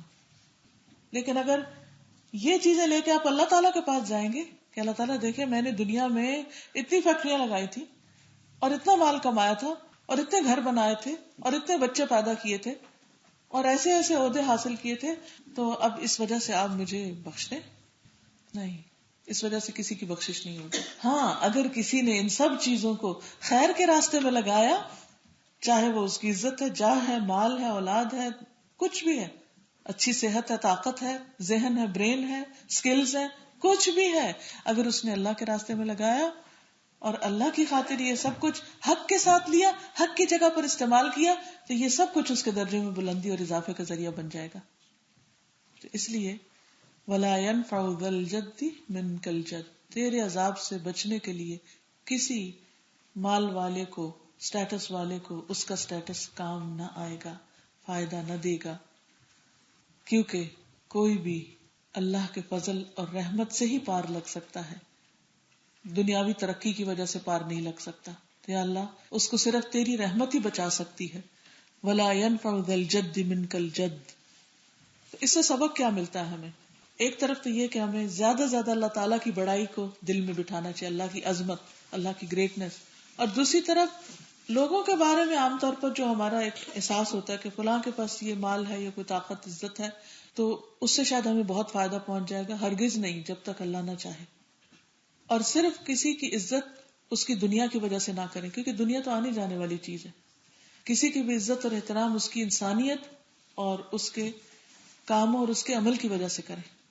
باقی سب چیزیں تو ختم ہو جاتی ہیں. مثلا مال تو کسی وقت بھی ختم ہو سکتا ہے، لیکن مال کی وجہ سے اگر کسی نے کوئی اچھے کام کیے ہیں تو وہ شخص کبھی بھی نہیں بھلایا جا سکتا. اقتدار تو کبھی بھی جا سکتا، لیکن اقتدار میں ہوتے ہوئے انسان نے انسانوں کی بھلائی کے لیے جو کچھ کیا وہ کبھی بھی فراموش نہیں کیا جا سکتا. اسی طرح علم تو انسان اگر بوڑھا ہو جائے تو سب کچھ بھول جائے گا، لیکن جوانی میں جب اس کے پاس علم تھا، اس علم کو اگر اس نے دوسروں کے اندر سو کر دیا، آگے بیج دیا، تو وہ جتنے باغ نکل آئے وہ اس کے لیے صدقہ جاریہ ہوں گے، چاہے وہ خود بھول چکا ہو سب کچھ اب بڑھاپے کی وجہ سے، لیکن اس نے انویسٹ کر دیا، آگے خود بھی عمل کیا اور عمل کر کے آگے بھیجا اور دوسروں کے اندر بھی وہ چیز ڈال دی، وہ اس کے لیے فائدہ مند ہو جائے گی. اس لیے جو کچھ بھی اللہ سبحانہ وتعالی دنیا کی نعمتیں دے وہ فخر کرنے کے لیے نہیں ہے، وہ اپنی بڑائی جتانے کے لیے نہیں ہے، وہ دوسروں پر دھوس جمانے کے لیے نہیں ہے، وہ اس لیے ہے تاکہ ہم ان سب قوتوں کو اللہ سبحانہ وتعالی کی رضا حاصل کرنے کے لیے استعمال کریں. چاہے ہمارے پاس اچھی گاڑی ہے یا اچھا گھر ہے یا زندگی کی سہولتیں کچھ بھی ہے، ان کاموں میں لگائیں جس سے اللہ سبحانہ وتعالی کی رضا حاصل ہو. تو ہر نماز کے بعد اس چیز کی دعا کرتے رہنا چاہیے کہ اللہ جو تو نے دیا یہ تو تیرا ہی ہے، یہ آخرت میں میرے کام نہیں آئے گا، تو مجھے اچھے کاموں کی توفیق عطا فرما. 9ویں دعا ہے لا الہ الا اللہ وحدہ لا شریک لہ لہ الملک ولہ الحمد وہو علی کل شیء قدیر لا حول ولا قوة الا باللہ لا الہ الا اللہ ولا نعبد الا ایاہ لہ النعمۃ ولہ الفضل ولہ الثناء الحسن لا الہ الا اللہ مخلصین لہ الدین ولو کرہ الکافرون. صحیح مسلم. اللہ کے سوا کوئی معبود نہیں، وہ اکیلا ہے، اس کا کوئی شریک نہیں، تمام بادشاہت اسی کے لیے ہے اور تمام تعریف اسی کے لیے ہے، اور وہ ہر چیز پر قدرت رکھنے والا ہے. گناہ سے بچنے اور نیکی کرنے کی توفیق اللہ کی طرف سے ہے. اللہ کے سوا کوئی معبود نہیں ہے اور ہم کسی کی عبادت نہیں کرتے سوائے اسی کے، یعنی اللہ کے. تمام نعمتیں اور تمام فضل اسی کی طرف سے ہے اور تمام بہترین تعریف اسی کے لیے ہے. اللہ کے سوا کوئی معبود نہیں ہے، ہم اسی کے لیے دین کو خالص کرنے والے ہیں اگرچہ کافروں کو ناپسند ہو. اب پیچھے پڑھیے لا الہ الا اللہ وحدہ لا شریک لہ لہ الملک ولہ الحمد وہو علی کل شیء قدیر لا حول ولا قوة الا باللہ لا الہ الا اللہ ولا نعبد الا ایاہ لہ النعمۃ ولہ الفضل ولہ الثناء الحسن لا الہ الا اللہ لا الہ الا اللہ مخلصین لہ الدین ولو کرہ الکافرون. صحیح مسلم. اس حدیث کا سیاق و سباق یہ ہے، ابن زبیر رضی اللہ عنہ ہر نماز میں جب بھی سلام پھیرتے تو یہ کہتے لا الہ الا اللہ وحدہ لا شریک لہ لہ الملک ولہ الحمد وہو علی کل شیء قدیر لا حول ولا قوة الا باللہ لا الہ الا اللہ ولا نعبد الا ایاہ لہ النعمۃ ولہ الفضل ولہ الثناء الحسن لا الہ الا اللہ مخلصین لہ الدین ولو کرہ الکافرون. اور اس کا ترجمہ تو آپ پڑھ ہی چکے ہیں. راوی کہتے ہیں، یعنی راوی کون ہے اس کے؟ ابن زبیر. ابن زبیر کہتے ہیں کہ نبی صلی اللہ علیہ وسلم یہ دعا ہر نماز کے بعد پڑھا کرتے تھے. ٹھیک. اب اس دعا میں کیا مانگا گیا ہے؟ اس دعا میں سب سے پہلے تو اللہ سبحانہ وتعالی کی تعریف کی گئی، وہی کلمہ جو اوپر پڑھا گیا ہے، لا الہ الا اللہ وحدہ لا شریک لہ لہ الملک ولہ الحمد وہو علی کل شیء قدیر. یہ بالکل وہی ہے جیسے اوپر گزرا. لا حول ولا قوة الا باللہ. پھر اس کے بعد لا حول ولا قوة الا باللہ، جس کا مطلب یہ ہے کہ گناہ سے بچنے اور نیکی کرنے کی توفیق اللہ کی طرف سے ہے. یعنی جو بھی ہم نے نماز پڑھی اور جو بھی ہم دعا مانگ رہے ہیں یہ اللہ کی توفیق سے. اور آپ نے دیکھا ہوگا کہ بہت سے لوگ ان دعاؤں کے پڑھنے میں سستی کر جاتے ہیں. نہیں پڑھ سکتے. ان کو پتہ بھی ہوتا ہے, یاد بھی ہوتی ہے, کیونکہ شیطان کیا کرتا ہے, بلوا دیتا ہے, فوراً اس وقت کوئی کام یاد کرا دیتا ہے, یا اس وقت نیند آ رہی ہوتی, یا بھوک لگی ہوتی, یا کوئی اور بچہ بلا لیتا ہے, تو بس وہ نماز سلام پھیرا اور اٹھے اور گئے. اس لیے جب ہم یہ پڑھنے کے لائق ہو جائیں تو یہ سوچیں کہ اللہ کی توفیق سے پڑھ رہے ہیں. لا حول ولا قوت الا باللہ.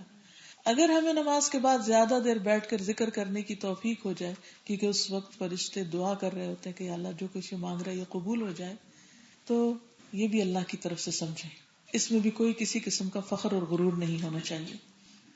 تو لا الہ الا اللہ ولا نعبد الا اياه, دوبارہ اللہ سبحانہ وتعالیٰ کی وحدانیت کی بات ہے کہ اس کے سوا کوئی الہ نہیں, اور ہم صرف اسی کی عبادت کرتے, اس کے سوا کسی اور کی نہیں کرتے. یعنی ہماری نماز, ہماری قربانی, ہمارا سجدہ, ہماری دعائیں صرف اور صرف اللہ تعالیٰ سے ہیں, کسی انسان, جن, فرشتے سے نہیں, کیونکہ سب اختیار کا مالک صرف اللہ ہے. لہ النعمت, اسی کے لیے ہے ساری نعمتیں, یعنی ہمارے پاس جو کچھ بھی ہے اسی کا دیا ہوا ہے. ولہ الفضل, اور تمام فضل بھی اسی کی طرف سے ہے. یعنی اس وقت انسان کو اپنی حالت پر اگر کچھ شکرانے کا خیال آ رہا ہو تو یہ سمجھے کہ یہ سب اللہ کے دیے کی وجہ سے مجھے ملا ہوا ہے. وَلَهُ الثَّنَاءُ الْحَسَنُ, اور تمام بہترین تعریف اسی کے لیے, یعنی اللہ سبحانہ وتعالیٰ کے لیے, کہ اسی نے توفیق دی کہ میں اس کے حضور نماز کے بعد بھی ذکر کر سکوں. لا الہ الا اللہ, اللہ کے سوا کوئی الہ نہیں, کوئی معبود نہیں. مخلصین لہ الدین, دین کو اسی کے لیے خالص کرنے والے, صرف اسی کے ہو کر رہنے والے, یعنی اپنی نیتوں کو بھی اسی کے لیے خالص کرتے ہیں, اور جو بھی عبادت کرتے ہیں اللہ تعالیٰ کی خوشی کے لیے کرتے ہیں. وَلَوْ كَرِهَ الْكَافِرُونَ, اگرچہ کافروں کو ناپسند ہو. جب کافر کا لفظ بولا جاتا ہے تو عام طور پر لوگ سمجھتے ہیں جیسے کوئی گالی.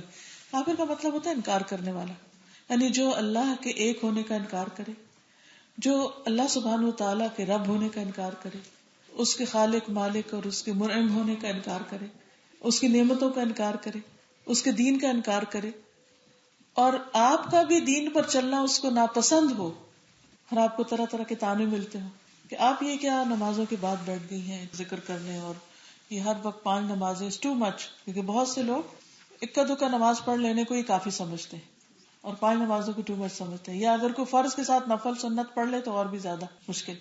تو ایسی صورتوں میں انسان کو جمے رہنا چاہیے, کیونکہ ہم لوگوں کی پسند کے لیے تو نماز نہیں پڑھ رہے, عبادتیں تو ساری اللہ تعالیٰ کے لیے ہیں. ایز لانگ ایز ہم اچھی طرح پڑھ رہے ہیں اور اللہ تعالیٰ پسند فرما رہے ہیں تو پھر فکر نہیں ہونی چاہیے, چاہے کوئی کتنا بھی کرٹیسائز کرے آپ کو, آپ کی نمازوں کی وجہ سے, آپ کے ذکر کی وجہ سے, آپ کی دعاؤں کی وجہ سے, اللہ تعالیٰ کو خوش کرنے کی وجہ سے. اگر بندے ناراض ہوتے تو کوئی بات نہیں, اس لیے کہ تو چند دن کی بات ہے, ساری دنیا کے لوگ ایک طرف ہو جائیں تو بھی وہ چھوٹے ہیں ایک اللہ رب العزت کے سامنے. اس لیے کسی سے بھی ڈرنا نہیں چاہیے, اور کسی کی ناپسندیدگی کی وجہ سے, کسی کے کرٹیسزم کی وجہ سے عبادت چھوڑنی نہیں چاہیے. کیونکہ سب سے بدترین بات یہ ہے کہ انسان اپنے محسن کو یاد نہ رکھے اور اس کا شکر گزار نہ ہو.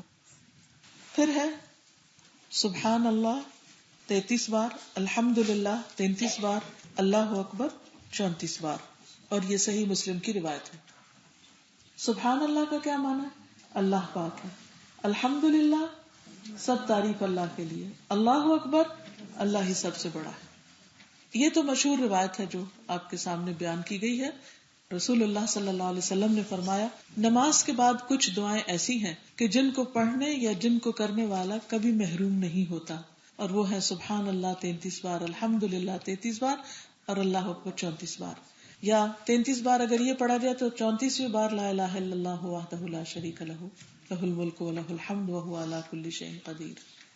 ان کی اتنی فضیلت ہے کہ ان کو پڑھنے والا کبھی بھی بدبخت نہیں ہوتا, محروم نہیں ہوتا, اس کے لیے خیر ہی خیر ہے.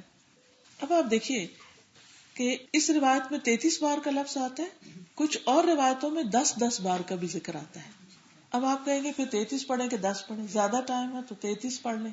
ویسے آپ دیکھیں 1 سے 1.5 منٹ لگتا ہے سب 33 بار پڑھنے میں بھی, لیکن اگر کم وقت ہے تو 10 بار بھی پڑھ لیں. ایک اور روایت میں اللہ اکبر بھی 33 بار کا ذکر آتا ہے, اور پھر 34ویں بار لا الہ الا اللہ وحدہ لا شریک لہ لہ الملک ولہ الحمد وہو علی کل شیء قدیر. اور ایک روایت میں 25 بار کا ذکر آتا ہے. سبحان اللہ 25 بار, الحمدللہ 25 بار, اللہ اکبر 25 بار, اور لا الہ الا اللہ 25 بار. یہ سارے 100 بار بن جاتے ہیں. اب آپ دیکھیے ہر نماز کے بعد آپ پڑھتے ہیں تو 5 نمازوں میں کتنے بار ہو جائیں گے؟ 500 بار. اگر اکٹھے بیٹھ کے 500 بار کوئی تسبیح کرنی پڑے تو کتنی مشکل ہو جاتی. لیکن ہر نماز کے بعد بہت تھوڑا وقت لگتا ہے اور انسان بہت بڑی خیر اور سعادت سے ہمکنار ہو جاتا ہے. ان کی تفصیلات کیا ہیں ان تسبیحات کی؟ سب سے پہلی بات تو یہ کہ انسان محرومی کا شکار نہیں ہوتا، اللہ تعالیٰ کی طرف سے اس کے اوپر فضل اور عنایت ہوتی ہے. اسی طرح جو لوگ ان تسبیحات کی پابندی کرتے ہیں وہ انسانوں میں سے سب سے زیادہ اجر پانے والے ہیں، ان کا اجر بہت بڑا ہے. اب دیکھیں کہ جب ہم پڑھنے لگتے ہیں نا تو اس وقت شیطان گھبراہٹ دل میں ڈالتا ہے، اچھا ابھی تو اتنی نماز پڑھی ہے پھر بیٹھ جاؤ گی 33 بار. لیکن کبھی آپ گھڑی سامنے رکھ کے 33 بار پڑھ کے تو دیکھیے اور پھر اپنے آپ سے پوچھیے کہ بس اتنا ٹائم نہیں دے سکتی. یعنی اگر میں 1 منٹ نہیں بیٹھ سکتی اور دنیا کی باتوں میں گھنٹے لگا دیتی ہوں اور نہیں تھکتی تو میں اپنے لیے کیا کما رہی ہوں اپنی آخرت کے لیے اور اپنے آپ کو کس خیر سے محروم کر رہی ہوں.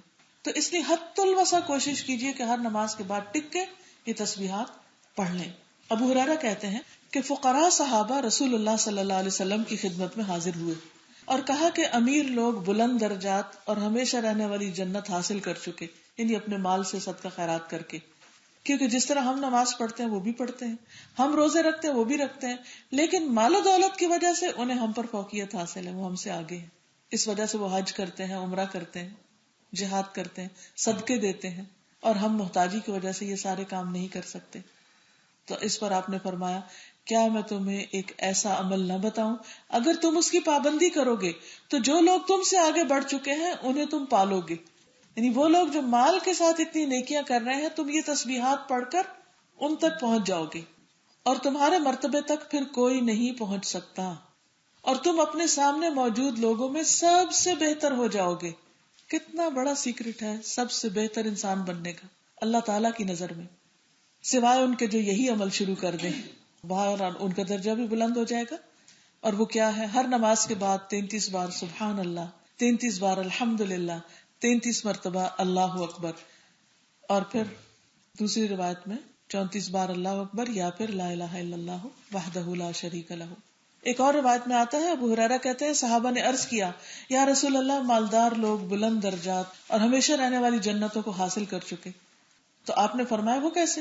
انہوں نے عرض کیا جس طرح ہم نماز پڑھتے ہیں وہ بھی پڑھتے ہیں، جس طرح ہم جہاد کرتے ہیں وہ بھی کرتے ہیں، اس طرح وہ اپنا زائد مال بھی اللہ کے راستے میں خرچ کرتے ہیں اور ہمارے پاس مال کوئی نہیں.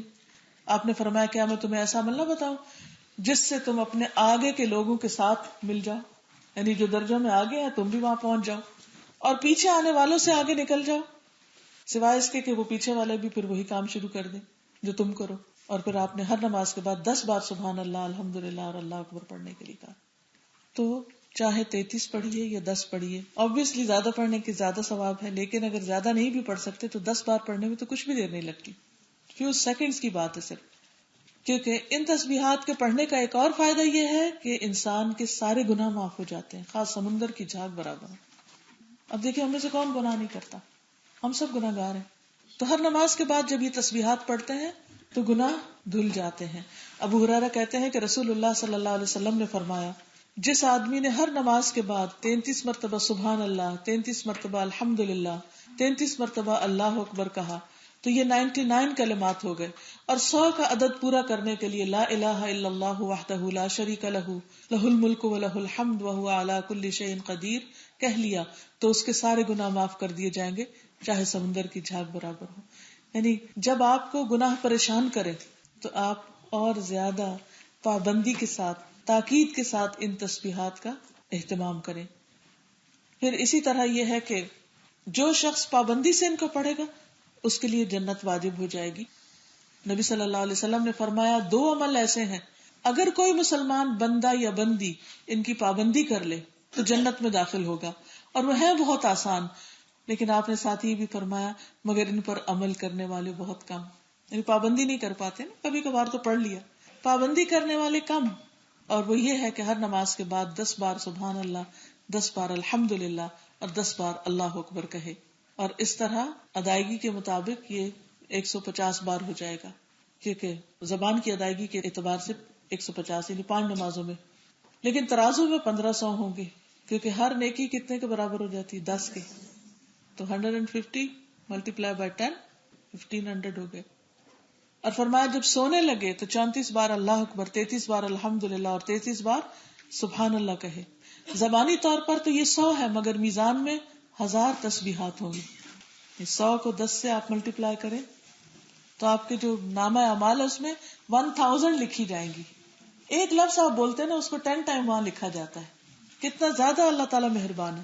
یقیناً میں نے رسول اللہ صلی اللہ علیہ وسلم کو دیکھا، آپ انہیں اپنے ہاتھ سے شمار کرتے تھے، ہاتھوں سے پڑھتے تھے، کیونکہ انگلیوں سے سوال ہوگا قیامت کے دن اور یہ جواب دیں گی، گواہی دیں گی.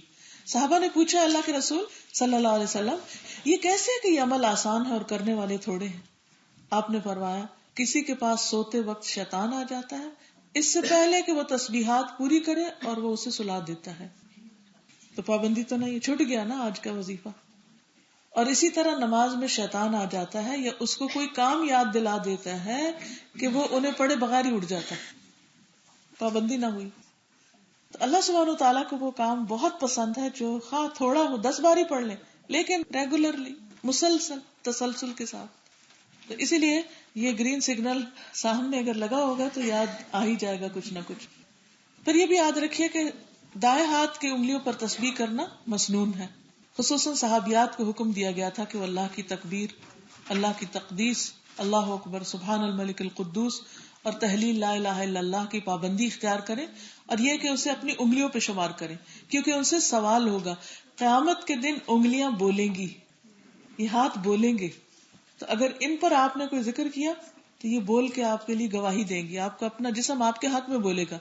بعض لوگ منکوں پہ، دانوں پہ، پتھروں وغیرہ پہ پڑھتے رہتے ہیں، لیکن سب سے افضل کیا ہے؟ اپنے ہی ہاتھ پہ پڑھنا، کیونکہ یہ ایکشن جو ہے آپ کے ہاتھ کا، یہ اعضاء کی عبادت ہے، یہ ان کی عبادت ہے، تو ان کو ان کے حق سے محروم نہ کریں. اچھا، اور مسنون یہ ہے کہ دائیں ہاتھ پہ پڑھا جائے. ہم دائیں اور بائیں دونوں پہ پڑھ لیتے ہیں کیونکہ اس میں آسانی ہوتی ہے، سوچنا نہیں پڑتا، دھیان ادھر ادھر ہے، سبحان اللہ الحمدللہ اللہ، بات ختم، جنت کے مستحق ہو گئے. لیکن یاد رکھیے جب ہم دائیں ہاتھ سے ہی پڑھتے ہیں تو ہمیں یہ حساب رکھنا پڑتا ہے کہ ایک دفعہ پڑھ لیے، 2 دفعہ، تو پوری توجہ کی کنسنٹریشن کا فارمولا ہے. اس لیے پریشان نہ ہو کہ اچھا صرف دائیں سے کیسے پڑھیں. اور عادتیں بدلنا بھی تو بہت مشکل ہوتا ہے نا. ایک دفعہ عادت پڑ جاتی ہے تو وہ خود بخود ہی ادھر سے ادھر سوئچ کر جاتے ہیں، بھول ہی جاتے ہیں کہ ادھر سے نہیں ادھر سے ہی پڑھنے ہیں دونوں. پھر ہے آیت الکرسی کا پڑھنا. آیت الکرسی قرآن مجید کی سب سے عظیم آیت ہے، تو قرآن پاک کی آیت، لیکن ہر فرض نماز کے بعد اس کا پڑھنا جو ہے بہت اجر و ثواب کا باعث ہے. رسول اللہ صلی اللہ علیہ وسلم نے فرمایا جو شخص ہر فرض نماز کے بعد آیت الکرسی پڑھے اس کو موت کے علاوہ کوئی چیز جنت میں جانے سے نہیں روک سکتی.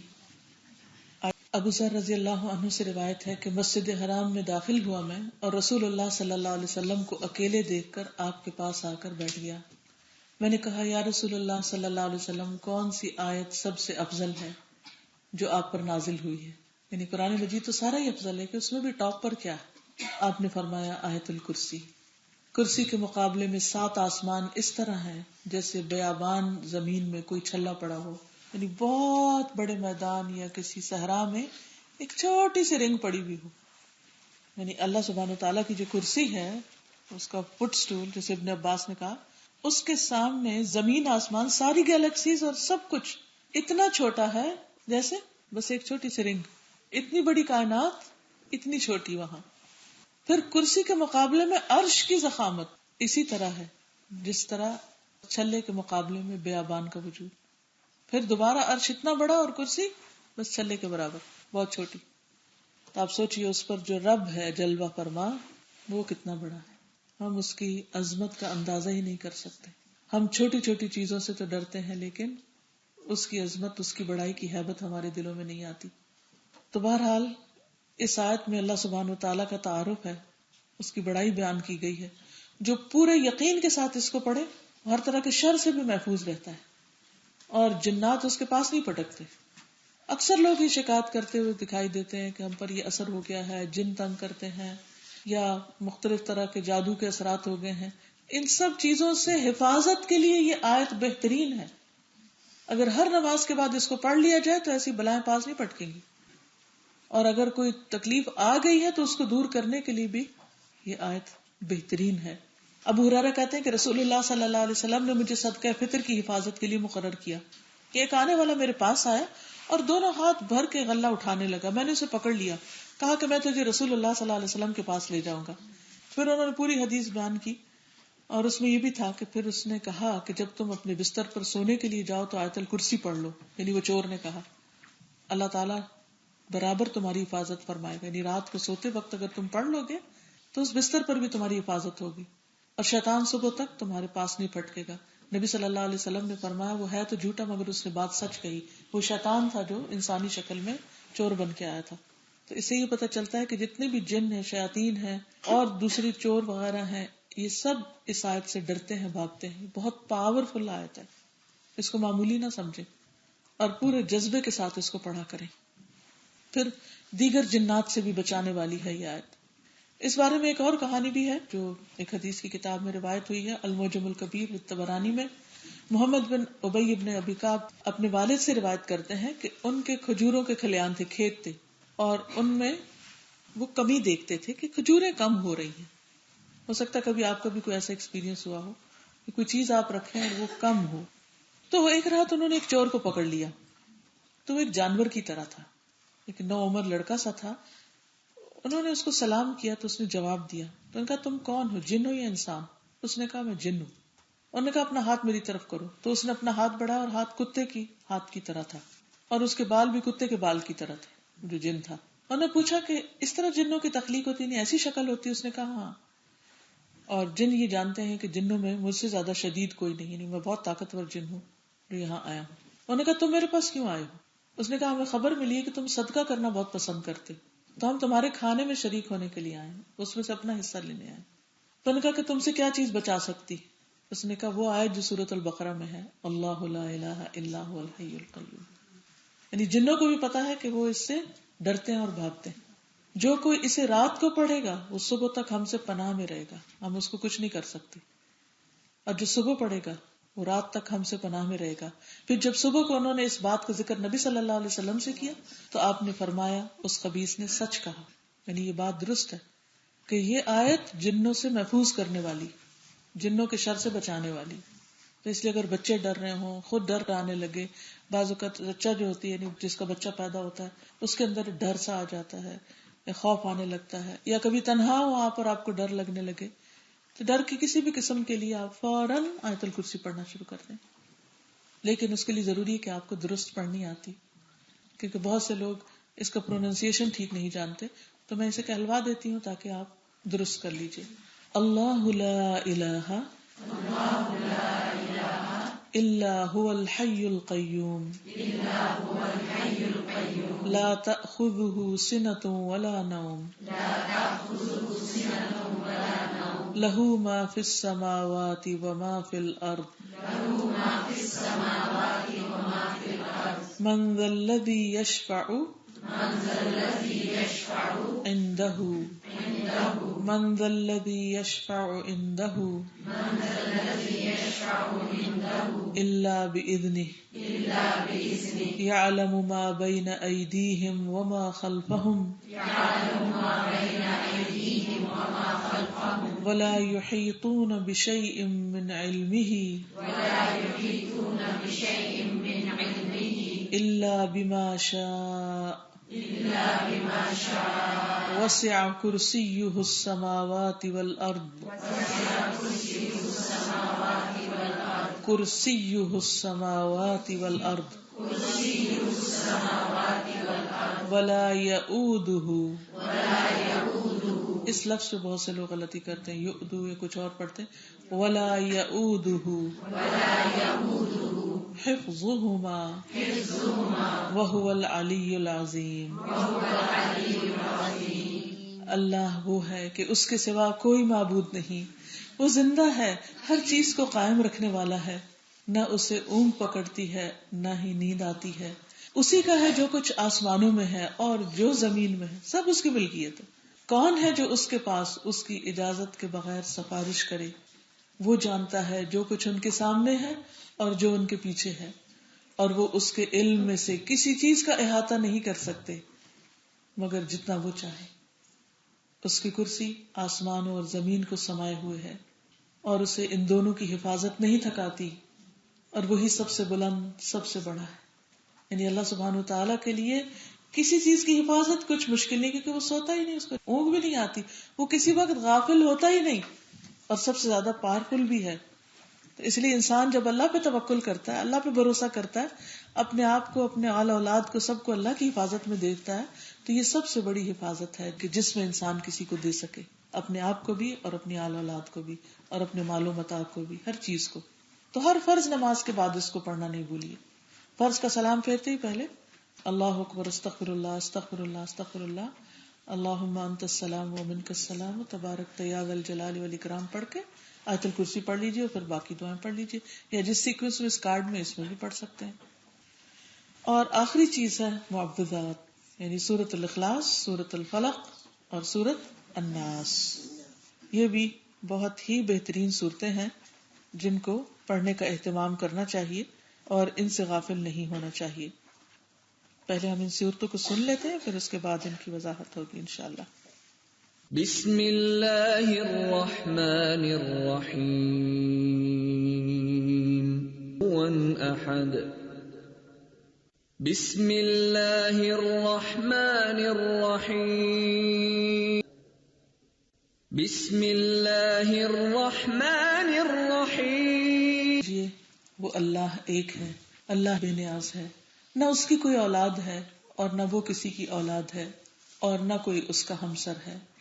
سورۃ الفلق. کہہ دیجئے میں مخلوق کے رب کی پناہ لیتا ہوں اس چیز کے شر سے جو اس نے پیدا کی، اور اندھیری رات کے شر سے جب وہ چھا جائے، اور گروہ میں پھونکنے والیوں کے شر سے، اور حسد کرنے والے کے شر سے جب کہ وہ حسد کرے. سورۃ الناس. کہہ دیجئے میں پناہ لیتا ہوں لوگوں کے رب کی، لوگوں کے بادشاہ کی، لوگوں کے معبود کی، وسوسہ ڈالنے والے کے شر سے جو ہٹ ہٹ کر آنے والا ہے یا پلٹ پلٹ کر آنے والا ہے، جو لوگوں کے سینوں میں وسوسہ ڈالتا ہے، جنوں اور انسانوں میں سے ہے. عقبہ بن عامر کہتے ہیں کہ رسول اللہ صلی اللہ علیہ وسلم نے مجھے حکم دیا تھا کہ میں ہر نماز کے بعد معوذات پڑھا کروں، یعنی ایک ایک بار ہر نماز کے بعد، اور صبح اور شام کی نمازوں کے بعد 3 بار، یا صبح شام کی جو دعائیں ہم پڑھتے ہیں ان میں 3 بار. اور ان کا پڑھنے والا ہر طرح کے شر سے محفوظ ہو جاتا ہے. آیت الکرسی کے علاوہ یہ 3 صورتیں بھی جنات کے شر سے، جادو کے شر سے، اور ہر چیز کے شر سے بچانے والی ہیں، کہ جو بھی چیز اللہ نے پیدا کی اس میں اگر کوئی شر ہے تو اس سے محفوظ رکھنے والی. ان کو معوذات کیوں کہا جاتا ہے؟ اس کا مطلب یہ ہے کہ وہ صورتیں جن کو پڑھ کر اللہ کی پناہ طلب کی جاتی ہے. ان کی مانند پچھلی کتابوں میں کوئی صورت نہیں، یعنی تورات، انجیل وغیرہ میں. رسول اللہ صلی اللہ علیہ وسلم نے فرمایا، اے عقبہ بن عامر، میں تمہیں ایسی صورتیں نہ سکھاؤں جو نہ تو تورات میں نازل ہوئی، نہ انجیل میں، اور نہ ان جیسی فرقان میں. تم پر ایک رات بھی ایسی نہ آئے کہ تم ان کو نہ پڑھو، ایک رات بھی ان کو مس نہیں کرنا. اور ہم نے کتنی کر دی. رسول اللہ صلی اللہ علیہ وسلم نے فرمایا، تم نہیں دیکھتے کہ آج کی رات مجھ پر ایسی آیات اتری ہیں کہ ان کی طرح کی کبھی دیکھی نہیں گئی. یعنی اتنی خوبصورت چھوٹی چھوٹی صورتیں ہیں، لیکن کتنا زبردست مفہوم ہے ان کے اندر، کیسے شر سے بچانے والی. یہی تو وہ چیزیں ہیں کہ جن سے انسان ڈرتا رہتا ہے، جو انسان کے دشمن ہے، جن میں سب سے نمبر 1 شیطان ہے، جو بار بار انسان کی طرف پلٹ کے آتا ہے، حتیٰ کہ نماز میں بھی نہیں چھوڑتا اور وسوسے ڈالتا رہتا ہے. تو وہ صورتیں قل اعوذ برب الفلق اور قل اعوذ برب الناس ہیں، اور یہ انتہائی بلیغ صورتیں ہیں. کم الفاظ ہیں لیکن بہت کچھ ان کے اندر سمیٹا گیا ہے. ان کو افضل کلمات بھی کہا گیا ہے. پھر اسی طرح آپ صلی اللہ علیہ وسلم نے ان کے بارے میں فرمایا، کسی مانگنے والے نے اس کی مانند نہیں مانگا، یعنی جو کچھ اس میں مانگا گیا ہے اس سے بہتر کوئی اور نہیں مانگ سکتا. کیونکہ انسان کے پاس اگر سب کچھ ہو لیکن ساتھ شر لگا ہوا ہو، اب دیکھیں کہ بعض اوقات آپ کے پاس بہت اچھا گھر ہو سکتا ہے لیکن گھر کے اندر ایسی بے چینی اور پریشانی کہ آپ اس کو انجوائے نہیں کر پا رہے. آپ کے اچھے لباس ہیں لیکن آپ کو ایسی بیماری ہے کہ وہ لباس ہی نہیں پہن سکتے. آپ کے پاس اچھے سے اچھے کھانے ہیں لیکن ایسی تکلیف ہے کہ وہ کھانا آپ کو کھانا ہی منع ہے. تو اس لیے ہر چیز کے اندر جو شر ہے آپ کے لیے اس سے بچنے کی دعا ہے. مثلا حلال رزق کے اندر بھی بہت سی چیزیں ایسی ہیں جن سے لوگوں کو الرجیز ہوتی. آپ نے دیکھو بعض بچے پینٹ نہیں کھا سکتے، بعض لوگوں کو دودھ سے الرجی ہوتی، بعض اوقات کسی اور چیز سے. وہ کسی کے لیے شفا ہے، غذا ہے، اور کسی کے لیے بیماری ہے. ایک ہی چیز ایک کے لیے دوا ہے اور ایک کے لیے دا ہے، مصیبت ہے. تو ہمیں کیا دعا کرنی چاہیے کہ اللہ یہ جو تو نے اچھی اچھی نعمتیں پیدا کی ہیں ان کے اندر اگر کوئی شر ہے تو اس سے تو ہمیں محفوظ رکھ، یعنی تو ہماری حفاظت فرما. تبھی انسان دنیا کو بھی انجوائے کر سکتا ہے. اور پھر ان چیزوں کا ایک شر یہ بھی ہے کہ انسان ان کو اتنا اکٹھا کر لے کہ اللہ کی یاد بھول تو اس شر سے بھی محفوظ رکھے. تو بہرحال جو شخص ان کو پڑھے گا، تو آپ صلی اللہ علیہ وسلم نے فرمایا صبح و شام جو شخص 3 بار ان کو پڑھے گا وہ اسے ہر چیز کے لیے کافی ہو جائیں گی، خاص طور پر نظر بد سے کفایت کرنے والی ہے. رسول اللہ صلی اللہ علیہ وسلم جنوں اور انسانوں کی بری نظر سے پناہ مانگتے تھے، جسے کہتے ہیں نظر لگ جانا. جب یہ 2 صورتیں نازل ہوئی تو آپ نے ان کو لازم پکڑ لیا اور ان کے سوا باقی دعائیں چھوڑ دی. یعنی یہ نہیں دعائیں مانگنے چھوڑ دی، مطلب یہ کہ نظر کے لیے سب سے زیادہ آپ یہ پڑھتے تھے. اب ہمیں اپنے لیے، اپنے بچوں کے لیے، اپنی صحت، اپنی نعمتوں کے لیے ہمیشہ فکر رہتی ہے کہ ان کو کوئی چیز نقصان نہ دے. تو کتنا بہترین نسخہ بتا دیا گیا اور خود نبی صلی اللہ علیہ وسلم نے کر کے بتا دیا. اس سے بہتر چیز کیا ہو سکتی ہے؟ اس لیے ہمیں اس کا بھی اہتمام کرنا چاہیے. تو اب میں ایک بار یہ 3 صورتیں کہلوا دیتی ہوں تاکہ آپ اپنا پروننسیشن تو ٹھیک کر لیجئے، اور اس کے علاوہ یہ ہے کہ پھر ان کو پڑھنے کا اہتمام کیجیے. سورۃ الاخلاص. بسم اللہ الرحمن الرحیم. قل هو اللہ احد اللہ الصمد لم یلد ولم یولد ولم یکن له کفوا احد. بسم اللہ الرحمن الرحیم. قل اعوذ برب الفلق من شر ما خلق ومن شر غاسق اذا وقب ومن شر النفاثات في العقد ومن شر حاسد اذا حسد. بسم اللہ الرحمن الرحیم. قل اعوذ برب الناس ملک الناس الہ الناس من شر الوسواس الخناس الذي يوسوس في صدور الناس. صدور نہیں کہنا، صدور الناس من الجنة والناس. سورۃ الاخلاص میں تو اللہ سبحانہ وتعالیٰ کی تعریف بیان کی گئی ہے کہ وہ ایک ہے، وہ بے نیاز ہے، اس کی توحید بیان کی گئی ہے، نہ اس کی کوئی اولاد ہے اور نہ وہ کسی کی اولاد ہے، اور کوئی اس جیسا ہے ہی نہیں، وہ اکیلا ہے ہر لحاظ سے. پھر دوسری سورت میں، سورۃ الفلق میں، اللہ تعالیٰ کی پناہ لے کر کہ جو اتنی بڑی ہستی، اتنی بڑی طاقت ہے، انسان ہر چیز کے شر سے بچنے کے لیے اپنے آپ کو اللہ کے حوالے کرتا ہے اور اس کی دعا کرتا ہے. اندھیری رات کے شر سے، کیونکہ بہت سی چوریاں، بہت سے غلط کام راتوں کو ہوتے ہیں اور پتہ بھی نہیں چلتا انسان کو کہ اس کا دشمن اس پہ حملہ آور ہو رہا ہے. اور پھر گروہ میں پھونکنے والیوں کے شر سے، یعنی جادوگرنیوں یا جادوگروں کے شر سے، اور حسد کرنے والے کے شر سے جب وہ حسد کرے، کیونکہ حاسد کا شر بہت برا شر ہوتا ہے، کیونکہ وہ جب آپ کی نعمت پر خوش نہیں ہوتا تو ڈائریکٹلی بعض اوقات اور بعض اوقات انڈائریکٹلی وہ آپ کو نقصان پہنچاتا ہے، آپ کو ڈیفیم کرتا ہے، آپ کو ڈیگریڈ کرتا ہے، آپ کو ذلیل کرتا ہے. تو اس سے بھی بچنے کے لیے دعا کی گئی ہے. یہی وہ چیز ہے نا جن کے بارے میں ہم فکر کرتے رہتے ہیں، اس کی نظر نہ لگ جائے، کوئی برا سلوک نہ کر دے، کہیں کوئی چور نہ آ جائے. جتنے بھی خوف ہیں، خوف کی جتنی بھی قسمیں، ان سب سے نجات دیتی ہے یہ صورت. اور پھر آخری صورت، کہہ دیجیے میں پناہ پکڑتا ہوں لوگوں کے رب کی، لوگوں کے بادشاہ کی، لوگوں کے معبود کی. اتنا زیادہ اللہ سبحانہ وتعالیٰ کی صفات کا ذکر ہے. اور پھر یعنی اللہ سبحانہ وتعالیٰ کو پکارا گیا، اس کی پناہ لی گئی، کس سے بچنے کے لیے؟ وسوسہ ڈالنے والے کے شر سے، شیطان سے بچنے کے لیے، جو سب سے زیادہ ڈرنے کی چیز ہے کہ اس سے بچنا ضروری ہے، کیونکہ وہ انسان کے دین، ایمان، آخرت کا دشمن ہے، جو ہٹ کر آنے والا ہے. یعنی آپ اللہ کا ذکر کرتے وہ دوڑ دیتے، پھر چھوڑتا نہیں، پھر واپس آ جاتا ہے. موسٹ ڈٹرمنڈ چیز ہے وہ دنیا میں، وہ جو لوگوں کے سینوں میں وسوسے ڈالتا ہے، جنوں میں سے اور انسانوں میں سے. یعنی صرف جن ہی نہیں، شیطان ہوتے، انسان بھی ہوتے ہیں جو آپ کے اندر ڈاؤٹس پیدا کر دیتے ہیں کہ آپ ٹھیک راستے پہ نہیں، جو اللہ سبحانہ وتعالیٰ کے بارے میں ڈاؤٹس پیدا کر دیتے ہیں، پتہ نہیں گاڈ ایگزسٹ کرتا بھی ہے کہ نہیں، جو رسول اللہ صلی اللہ علیہ وسلم کے بارے میں ڈاؤٹس کریٹ کر دیتے ہیں, جنت جہنم کے بارے میں, ملائکہ کے بارے میں, تقدیر کے بارے میں دل میں شک ڈال دیتے ہیں, اور شک اس کا دشمن ہے. اگر ان چیزوں کے بارے میں کسی کو شک ہے تو اس کا تو ایمان ہی ناقص ہو گیا. تو اس لیے بہت ضروری ہے کہ انسان ان چیزوں کے شر سے بچنے کے لیے اپنے آپ کو اللہ کی پناہ میں دے اور اللہ تعالیٰ سے دعائیں کرتا رہے. اور پھر یاد رکھیے کہ وہ صرف جن نہیں ہیں جو وسوسے ڈالتے ہیں, وہ انسان بھی ہیں. اور بعض اوقات آپ کے بہت قریبی اور بہت پیارے اور بہت خیر خواہ اور مخلص کے روپ میں آنے والے انسان جو آ کے آپ کے دین ایمان کا ستیہ ناش کر دیتے ہیں غلط باتیں کر کے. تو یا رب ان سب کے شر سے ہمیں محفوظ رکھنا. وآخر دعوانا ان الحمد للہ رب العالمین. اب کچھ کوشچنز. اشراق کی نماز سن رائز کے کتنی دیر بعد پڑھے؟ تقریباً 10 منٹ کے بعد آپ پڑھ سکتے ہیں. اگر آپ کے پاس آئی فون ہے مثلاً تو اس میں نمازوں کے اوقات آئی پرے آپ ڈاؤن لوڈ کر لیجئے, یا ایک اور اپلیکیشن ہے مسلم پرو, اس پر آپ کو نمازوں کے اوقات اور اس میں شروق کا وقت اور اشراق کا وقت سب پتہ چل جاتا ہے. رجب کے ماہ کو کنڈے دینا یا نیاز دینا, اس پر ایک پمفلٹ ہم نے تیار کیا, پلیز اس کو پڑھ لیجئے. یہ سب کچھ بعد میں شروع ہوا ہے, دین میں اس کے بارے میں کچھ نہیں. ہمارا دین مکمل ہو چکا ہے. قرآن مجید میں آتا ہے نا, الیوم اکملت لکم دینکم, کہ آج میں نے تمہارے لیے تمہارا دین مکمل کر دیا.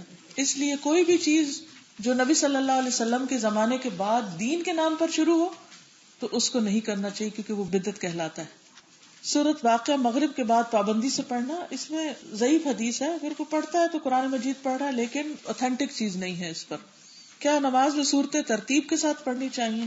بہتر تو یہی ہے, لیکن اگر آگے پیچھے ہو جائیں تو اس سے کوئی نماز میں خلل نہیں آتا. نماز میں پاؤں کا ڈھکنا ضروری ہے, بعض علماء کے نزدیک ضروری ہے. صرف یہ ہے کہ اس میں تو کوئی اختلاف ہی نہیں کہ ٹخنے ننگے نہیں ہونے چاہیے. بعض لوگ لان کی شلواریں پہنتے ہیں یا پاجامے پہنتے ہیں, ٹائٹ ڈریس پہنتے ہیں, تو وہ سب کچھ جھلکنے لگتا ہے, تو اس سے بچنا چاہیے. پیریڈز کی حالت میں کیا عورت مسجد میں داخل ہو سکتی ہے؟ بعض اوقات کسی کا بچہ, عزیز خاوند بھائی فوت ہو جاتا ہے, کیا وہ مسجد میں نہیں آ سکتی؟ نہیں, آ سکتی ہے. صرف یہ ہے کہ وہ زمین پر اس طرح نہ بیٹھے کہ مسجد میں کوئی نجاست چلی جائے. ساتھ گدی لے آئیں یا کوئی ایسی چیز اگر تھوڑی دیر بیٹھنا پڑے, ورنہ یہ کہ تعلیم کی غرض سے کسی مشکل وقت میں آ سکتی ہے. اس کے اوپر محمد الجبالی کا فتویٰ موجود ہے, انہوں نے پوری دلائل کے ساتھ بات واضح کی ہے, آپ اس کو پڑھ سکتے ہیں. تہجد کے لیے سو کر اٹھنا ضروری ہے؟ افضل یہی ہے, لیکن اگر راتیں اتنی چھوٹی ہیں کہ سونے کے بعد اٹھنے کا آپ کو موقع ہی نہ رہے تو پھر اس کے لیے آپ رات کے پچھلے حصے میں پڑھ سکتے ہیں. نماز کے بعد کے اذکار صرف فرض نمازوں کے بعد پڑھیں یا سنت اور نفل کے بعد بھی الگ الگ پڑھیں؟ نہیں, ہر سنت نفل کے بعد نہیں سب کچھ پڑھنے کی ضرورت, ایک بار پڑھنا کافی ہے. چاہے تو فرض کے بعد پڑھ لیں, چاہے تو پوری نماز مکمل کر کے پڑھ لیں, لیکن آیت الکرسی جو ہے وہ فرض کے بعد پڑھیں گے. نافرمان اولاد کے لیے کون سی دعا پڑھنی چاہیے؟ یہی جو آپ کو ابھی آج بتائی ہے کہ ہر شر سے ان کو اللہ تعالیٰ محفوظ رکھے, آپ کے لیے بھی اور آپ کی اولاد کے لیے بھی. ہر نماز کے بعد اگر آپ معوذتین کا التزام کرتے ہیں تو انشاءاللہ اللہ تعالیٰ ان کو ہدایت پر رکھے گا, اور ہر فتنے اور شر سے جس میں وہ سارا وقت بےچارے باہر ہوتے ہیں ان سے ان کو محفوظ رکھے گا. اس کے علاوہ یہ ہے کہ دعاؤں کی کتابیں پیچھے رکھی ہوئی ہیں, اگر آپ کچھ مزید دعائیں پڑھنا چاہیں تو ہر موقع کی دعا موجود ہے. ایاک نستعین جو کتاب ہے اس میں حفاظت کی اور بھی دعائیں شامل کر دی گئی ہیں مختلف طرح کے شر سے. مرحوم والدین کے لیے حج کرانا یعنی حج بدل کروایا جا سکتا ہے.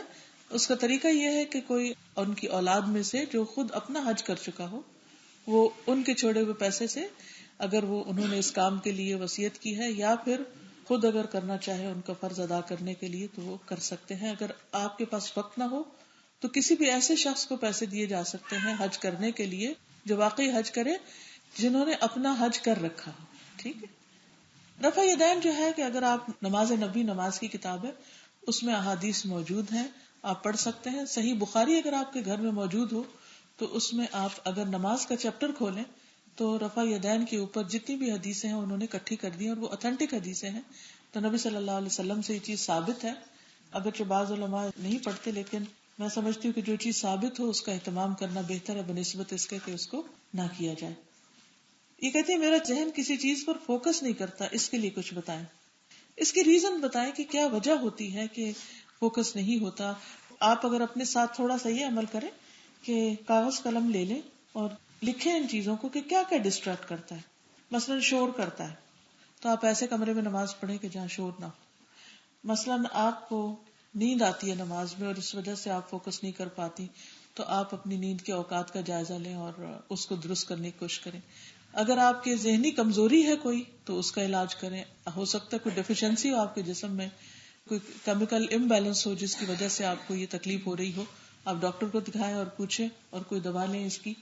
اور اگر آپ کی کوئی وریز ہیں یا کوئی فکر اور پریشانیاں ہیں تو اس کے لیے آپ اللہ تعالیٰ سے دعا مانگیں, اللہ پر بھروسہ کریں, یہ دعائیں پڑھیں کہ جس سے اللہ تعالیٰ آپ کو پروٹیکٹ کرے گا اور آپ یکسوئی کے ساتھ اپنا عبادت کا کام کریں یا قرآن مجید پڑھنے کا.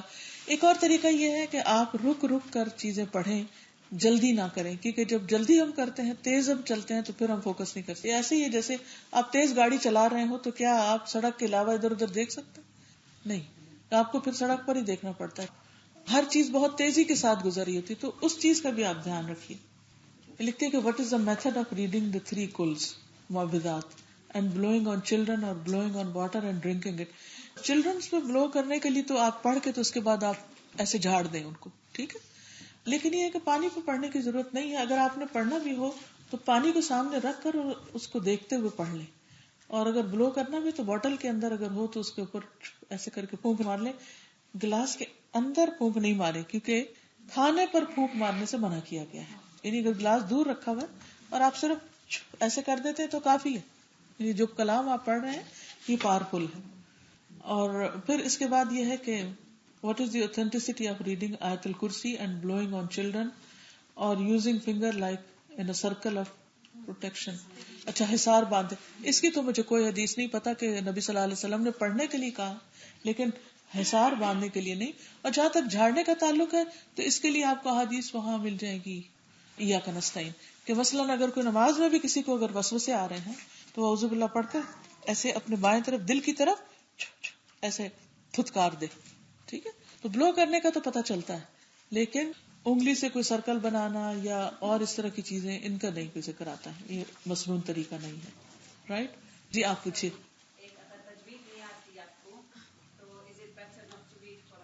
دیکھیے, آپ کو معلوم ہے کہ ایک آیت پڑھنے کا اجر کتنا زیادہ ہے. ایک آیت میں ایک حرف الف پڑھتے ہیں 10 نیکیاں, لام 10 نیکیاں, میم 10. یہ ایسا ہی ہے کہ جیسے آپ کو ہر حرف پڑھنے پہ 10 پاؤنڈ مل رہے ہوں, ٹھیک ہے. پڑھنے کی کوشش کرتا رہے, لیکن اگر پوری طرح نہیں ٹھیک ہوتا کوشش کے باوجود بھی تو اللہ تعالیٰ قبول کرنے والا ہے. آپ کو معلوم ہے حضرت بلال رضی اللہ تعالیٰ عنہ کی اذان میں کسی کو کوئی شک ہے, لیکن وہ شین کو پوری طرح پروناؤنس نہیں کر سکتے تھے کیونکہ ان کی لینگویج میں شین نہیں تھا, وہ اشہدو کو اسہدو پڑھتے تھے, ٹھیک ہے. تو آپ نے یہ تو نہیں فرمایا کہ تم بلال اذان نہ دو کیونکہ تم یہ شین کا پروننسیشن ٹھیک نہیں کر رہے.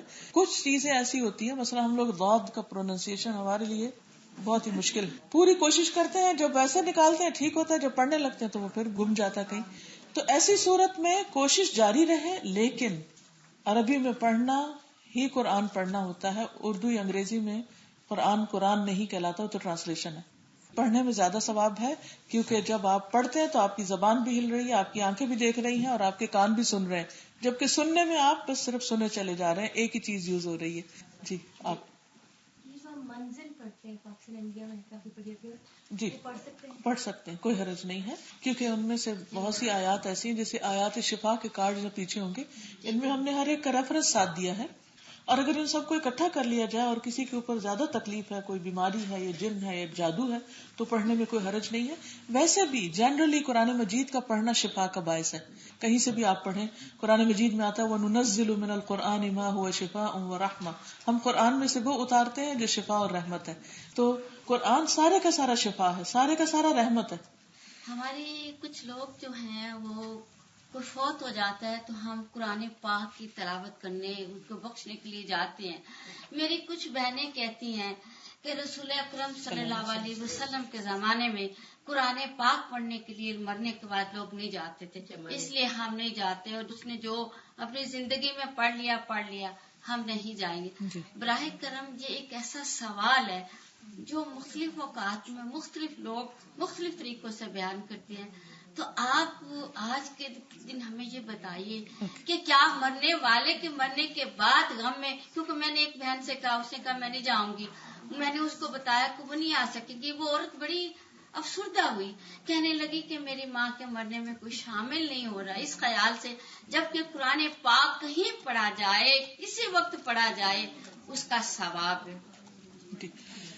اب اس میں دو چیزیں ہیں. نمبر ایک یہ کہ قرآن پاک کے دنیا میں آنے کا مقصد کیا ہے، کیوں بھیجا گیا ہے. ذالک الکتاب لا ریب فیہ ھدی للمتقین، یہ کتاب جس میں کوئی شک نہیں متقی لوگوں کی ہدایت کے لیے آئی ہے. قرآن پاک کا سب سے پہلا first and foremost purpose of revelation is to get ہدایہ. ہدایت کیا ہوتا ہے؟ زندگی گزارنے کا طریقہ. گویا یہ کتاب زندہ لوگوں کے لیے ہے جو اس کو پڑھیں اور اس کے مطابق اپنی زندگی بسر کریں. اب جب کوئی فوت ہو جاتا ہے تو وہ تو زندگی گزار چکا ہوتا ہے. ہم اگر اس کے لیے سورۃ فاتحہ بھی پڑھتے ہیں تو سورۃ فاتحہ کا ترجمہ آپ پڑھ کے دیکھ سکتے ہیں کہ اس میں آتا ہے ایاک نعبد و ایاک نستعین، صرف تیری ہم عبادت کرتے ہیں، صرف تجھ سے ہم مدد چاہتے ہیں. اہدنا الصراط المستقیم، ہمیں سیدھا رستہ دکھا. اب جو فوت ہو چکا ہے اس کو تو اب رستے کی ضرورت نہیں، وہ تو اپنے رستے پہ جا ہی رہا ہے. رستے کی ضرورت ہے بعد والوں کو. تو اس لیے یہ کچھ ایسی رسومات ہیں جو دین میں داخل کر لی گئی ہیں، اصلاً دین میں نہیں تھی. صحابہ کرام صرف فوتگی پر نہیں، وہ زندگی میں ہر لمحہ قرآن پڑھتے تھے. بلکہ ایک روایت میں آتا ہے کہ جس شخص کا یہ دیکھنا ہو کہ وہ اللہ سے کتنی محبت کرتا ہے، یہ دیکھو وہ قرآن سے کتنی محبت کرتا ہے، کیونکہ قرآن اللہ تعالیٰ کی کتاب ہے. کسی انسان سے محبت کب ہوتی ہے؟ اس کا کلام جاننے کے بعد. کسی شاعر کو آپ کس مقام پہ رکھتے ہیں؟ جب آپ دیکھتے ہیں کہ اس کے پوئٹری کس قسم کی ہے، اس کے مطابق اس کا گریڈ ہوتا ہے. اسی طرح کسی بھی کلام سے کلام والے کا پتہ چلتا ہے کہ وہ ہے کون. تو قرآن مجید اللہ تعالیٰ کا کلام ہے جو اللہ سبحانہ تعالیٰ نے جبریل علیہ السلام کو دیے. جبریل علیہ السلام نے بول کر اپنی زبان سے نبی صلی اللہ علیہ وسلم کو سنائے، نبی صلی اللہ علیہ وسلم نے بول کر آگے صحابہ کو سنائے تو صحابہ نے لکھا، اور صحابہ نے اس کو اپنی زندگی میں ہر چیز سے زیادہ اہمیت دی. اس کو پڑھا، اس کو سمجھا. اس میں بندہ جو تھا وہ قرآن کا حافظ تھا، اور نمازوں میں اور تہجد میں اور ہر جگہ پڑھتے تھے. صرف ایک جنگ یمامہ میں 600 حفاظ شہید ہوئے تھے. اس سے آپ اندازہ لگائیں کہ کتنے زیادہ قرآن کے حافظ تھے. لیکن کوئی ایک سنگل ایونٹ ایسا نہیں ملتا کہ جس میں نبی صلی اللہ علیہ وسلم نے خود حضرت خدیجہ کی وفات پر یا اپنے بیٹوں کی وفات پر یا صحابہ کرام کی، جو کہ ہر تھوڑے عرصے بعد کسی نہ کسی غزوے میں بہت لوگ شہید ہوتے تھے، ایک بھی پوری تاریخ میں ایونٹ نہیں ملتا کہ آپ نے صحابہ کو کہا آؤ سب بیٹھتے ہیں اور ہم اپنے غم کا علاج اس وقت قرآن خوانی کر کے کرتے ہیں. تو اس لیے کسی ایسی چیز کو پابندی سے کرنا، یعنی اس میں کوئی شک نہیں، قرآن تو آپ کہیں بھی پڑھ سکتے ہیں، لیکن صرف مرنے کے بعد ہی کسی کے لیے پڑھنا، کیونکہ ہمارے یہ بھی رواج ہے کہ 2.5 سپارے پڑھ کر دیے جائیں. تو سورۃ البقرہ میں تو اگر آپ احکامات دیکھیں، نکاح کے ہیں، طلاق کے ہیں، اور پیریڈ سے متعلق باتیں ہیں، شوہر بیوی کے تعلقات کی باتیں ہیں، سود کے بارے میں احکامات ہیں، کیا کچھ ہے. اب مرنے والے نے ان کو کیا کرنا، وہ تو سب اس کو دنیا میں چاہیے تھا. اب ہوا یہ کہ جب ایسی رسمیں جڑ پکڑ جاتی ہیں تو لوگ ساری توجہ اس پہ رکھتے ہیں. آج یہ فوت ہو گیا وہاں پڑھ رہے ہیں، آج وہ فوت ہو گیا ادھر پڑھ رہے ہیں، سارا دن اسی میں گزر جاتا ہے، اور جو کرنے کا کام ہے کہ اس کی تعلیم کا، وہ ہم بھول جاتے ہیں، یا اس کو صحیح تجوید جیسے کہہ رہے ہیں کہ ٹھیک نہیں ہے وہ ہم نہیں کرتے. تو ہمیں فوکس اپنا شفٹ کرنے کی ضرورت ہے، اور اصل عمل قبول بھی وہی ہے جو نبی صلی اللہ علیہ وسلم کی سنت سے ثابت ہو. عمل کی قبولیت کی 2 بنیادی شرطیں. نمبر 1 اخلاص ہو، کہ وہ اللہ سبحانہ تعالیٰ کے لیے ہو، لوگوں کو دکھانے کے لیے نہ ہو. نمبر 2 یہ کہ وہ نبی صلی اللہ علیہ وسلم کے طریقے پر ہو.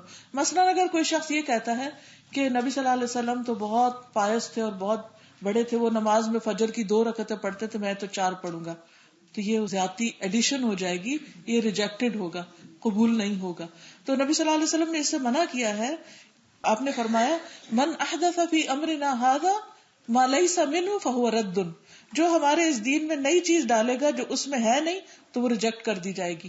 تو اس لیے ایسی جگہوں پر آپ جائیں، بیٹھیں، تسلی کرائیں، اچھی بات کریں، تعزیت کریں، ان کی مدد کریں، خدمت کریں، اچھے الفاظ لکھ کر ان کی تعزیت کریں، ان کو اچھا سا خط لکھیں، اچھی چیزیں ان کو پڑھنے کے لیے دیں، کر کے اپنے گھر تشریف لے آئیں.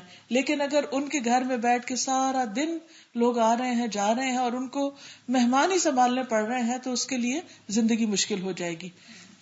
کسی نے بتایا کہ اپنے شوہر کے لیے قرآن مجید نہیں بخش سکتے. دیکھیں قرآن مجید جب آپ پڑھتے ہیں، شوہر ہو یا کوئی بھی ہو، جب آپ پڑھ رہے ہیں تو وہ اپنے لیے فائدہ دے گا، کیونکہ اس میں جتنی بھی آیات ہیں اگر آپ ترجمہ پڑھیے تو نبی صلی اللہ علیہ وسلم نے کسی کو بھی بخشا نہیں ہے، ورنہ تو آپ اپنی ساری امت کو بخش کے چلے جاتے، تو ہم کو تو پڑھنے کی ضرورت ہی نہیں ہوتی. یہ سب کانسیپٹ بعد میں داخل ہوئے دین میں، اوریجنلی کچھ بھی نہیں تھا، بہت سمپل سادہ سا دین تھا. ہاں اگر شوہر نے آپ کو پڑھایا ہے اور آپ پڑھ رہے ہیں، جیسے میرے فادر نے میری مدر کو پورا قرآن پڑھایا، تو اب میری مدر جتنا بھی پڑھیں گے اس کا ثواب میرے والد کو جائے گا، کیونکہ مرنے کے بعد نامہ اعمال بند ہو جاتا ہے. 3 چیزیں بعد میں بھی فائدہ دیتی ہیں، ان میں سے ایک نیک اولاد جو دعائیں کرتی ہے، وہ میت کو بہت فائدہ دیتی ہے. نمبر 2 علم جس سے لوگ فائدہ اٹھائیں، اگر زندگی میں اس نے کچھ سکھایا یا سکھانے کا کوئی انتظام کیا یا کوئی کتاب لکھی یا کسی بھی شکل میں. اور 3 صدقہ جاریہ، یعنی مال ایسی جگہ پہ اپنا لگایا کہ لوگ فیض اٹھا رہے ہیں، کوئی کنواں کھدوا دیا، کوئی سڑک بنوا دی، کوئی ہاسپٹل بنوا دیا، کوئی اسکول بنوا دیا، کوئی مدرسہ، کوئی مسجد، کوئی بھی چیز اپنی زندگی میں کر کے گیا ہے تو اس پر اس کو مرنے کے بعد بھی اس کا ثواب جمع ہوتا رہے گا انشاءاللہ. جی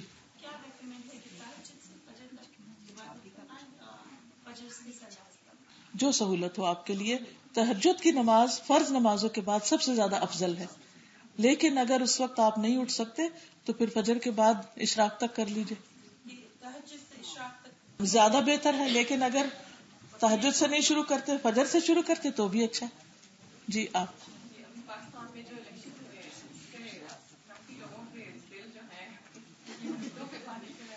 میں نے تو الیکشن سے پہلے ایک میسج ریکارڈ کر کے اپنی ویب سائٹ پہ ڈالا تھا، اور وہ یہ تھا کہ کرنے والوں نے تو جو کچھ کیا اللہ نے نوٹ کر لیا، دیکھ لیا اور اس کی جزا پائیں گے، لیکن ہم اپنی زبان کو غلط طریقے سے استعمال کر کے کیا کما رہے؟ کیا ہمارے یہاں بیٹھ کر تبصرے کرنے سے پاکستان کی تقدیر بدل جائے گی؟ کیا اگر کچھ کرپٹ لوگ ہیں تو وہ نیک بن جائیں گے؟ ہمیں اپنی انرجی صرف تبصروں میں نہیں گزارنی چاہیے، ہمیں پازیٹیو کام کرنا چاہیے، قوم کو ایجوکیٹ کرنا چاہیے. یہ سب جہالت کی وجہ سے ہے، دین اور دنیا دونوں سے. اور جب دنیا کا علم اور ڈگریز بھی ہوتی ہے لوگوں کے پاس، دین کی سمجھ نہیں ہوتی، تب بھی کرپشن ختم نہیں ہوتی. صرف اللہ کا ڈر ایسی چیز ہے جو انسان کو ظاہراً اور چھپ کے دونوں حالتوں میں غلط کام سے روکتا ہے. اجازت چاہتی ہوں. سبحانک اللہم و بحمدک، اشہد ان لا الہ الا انت، استغفرک و اتوب الیک. السلام علیکم و رحمۃ اللہ وبرکاتہ.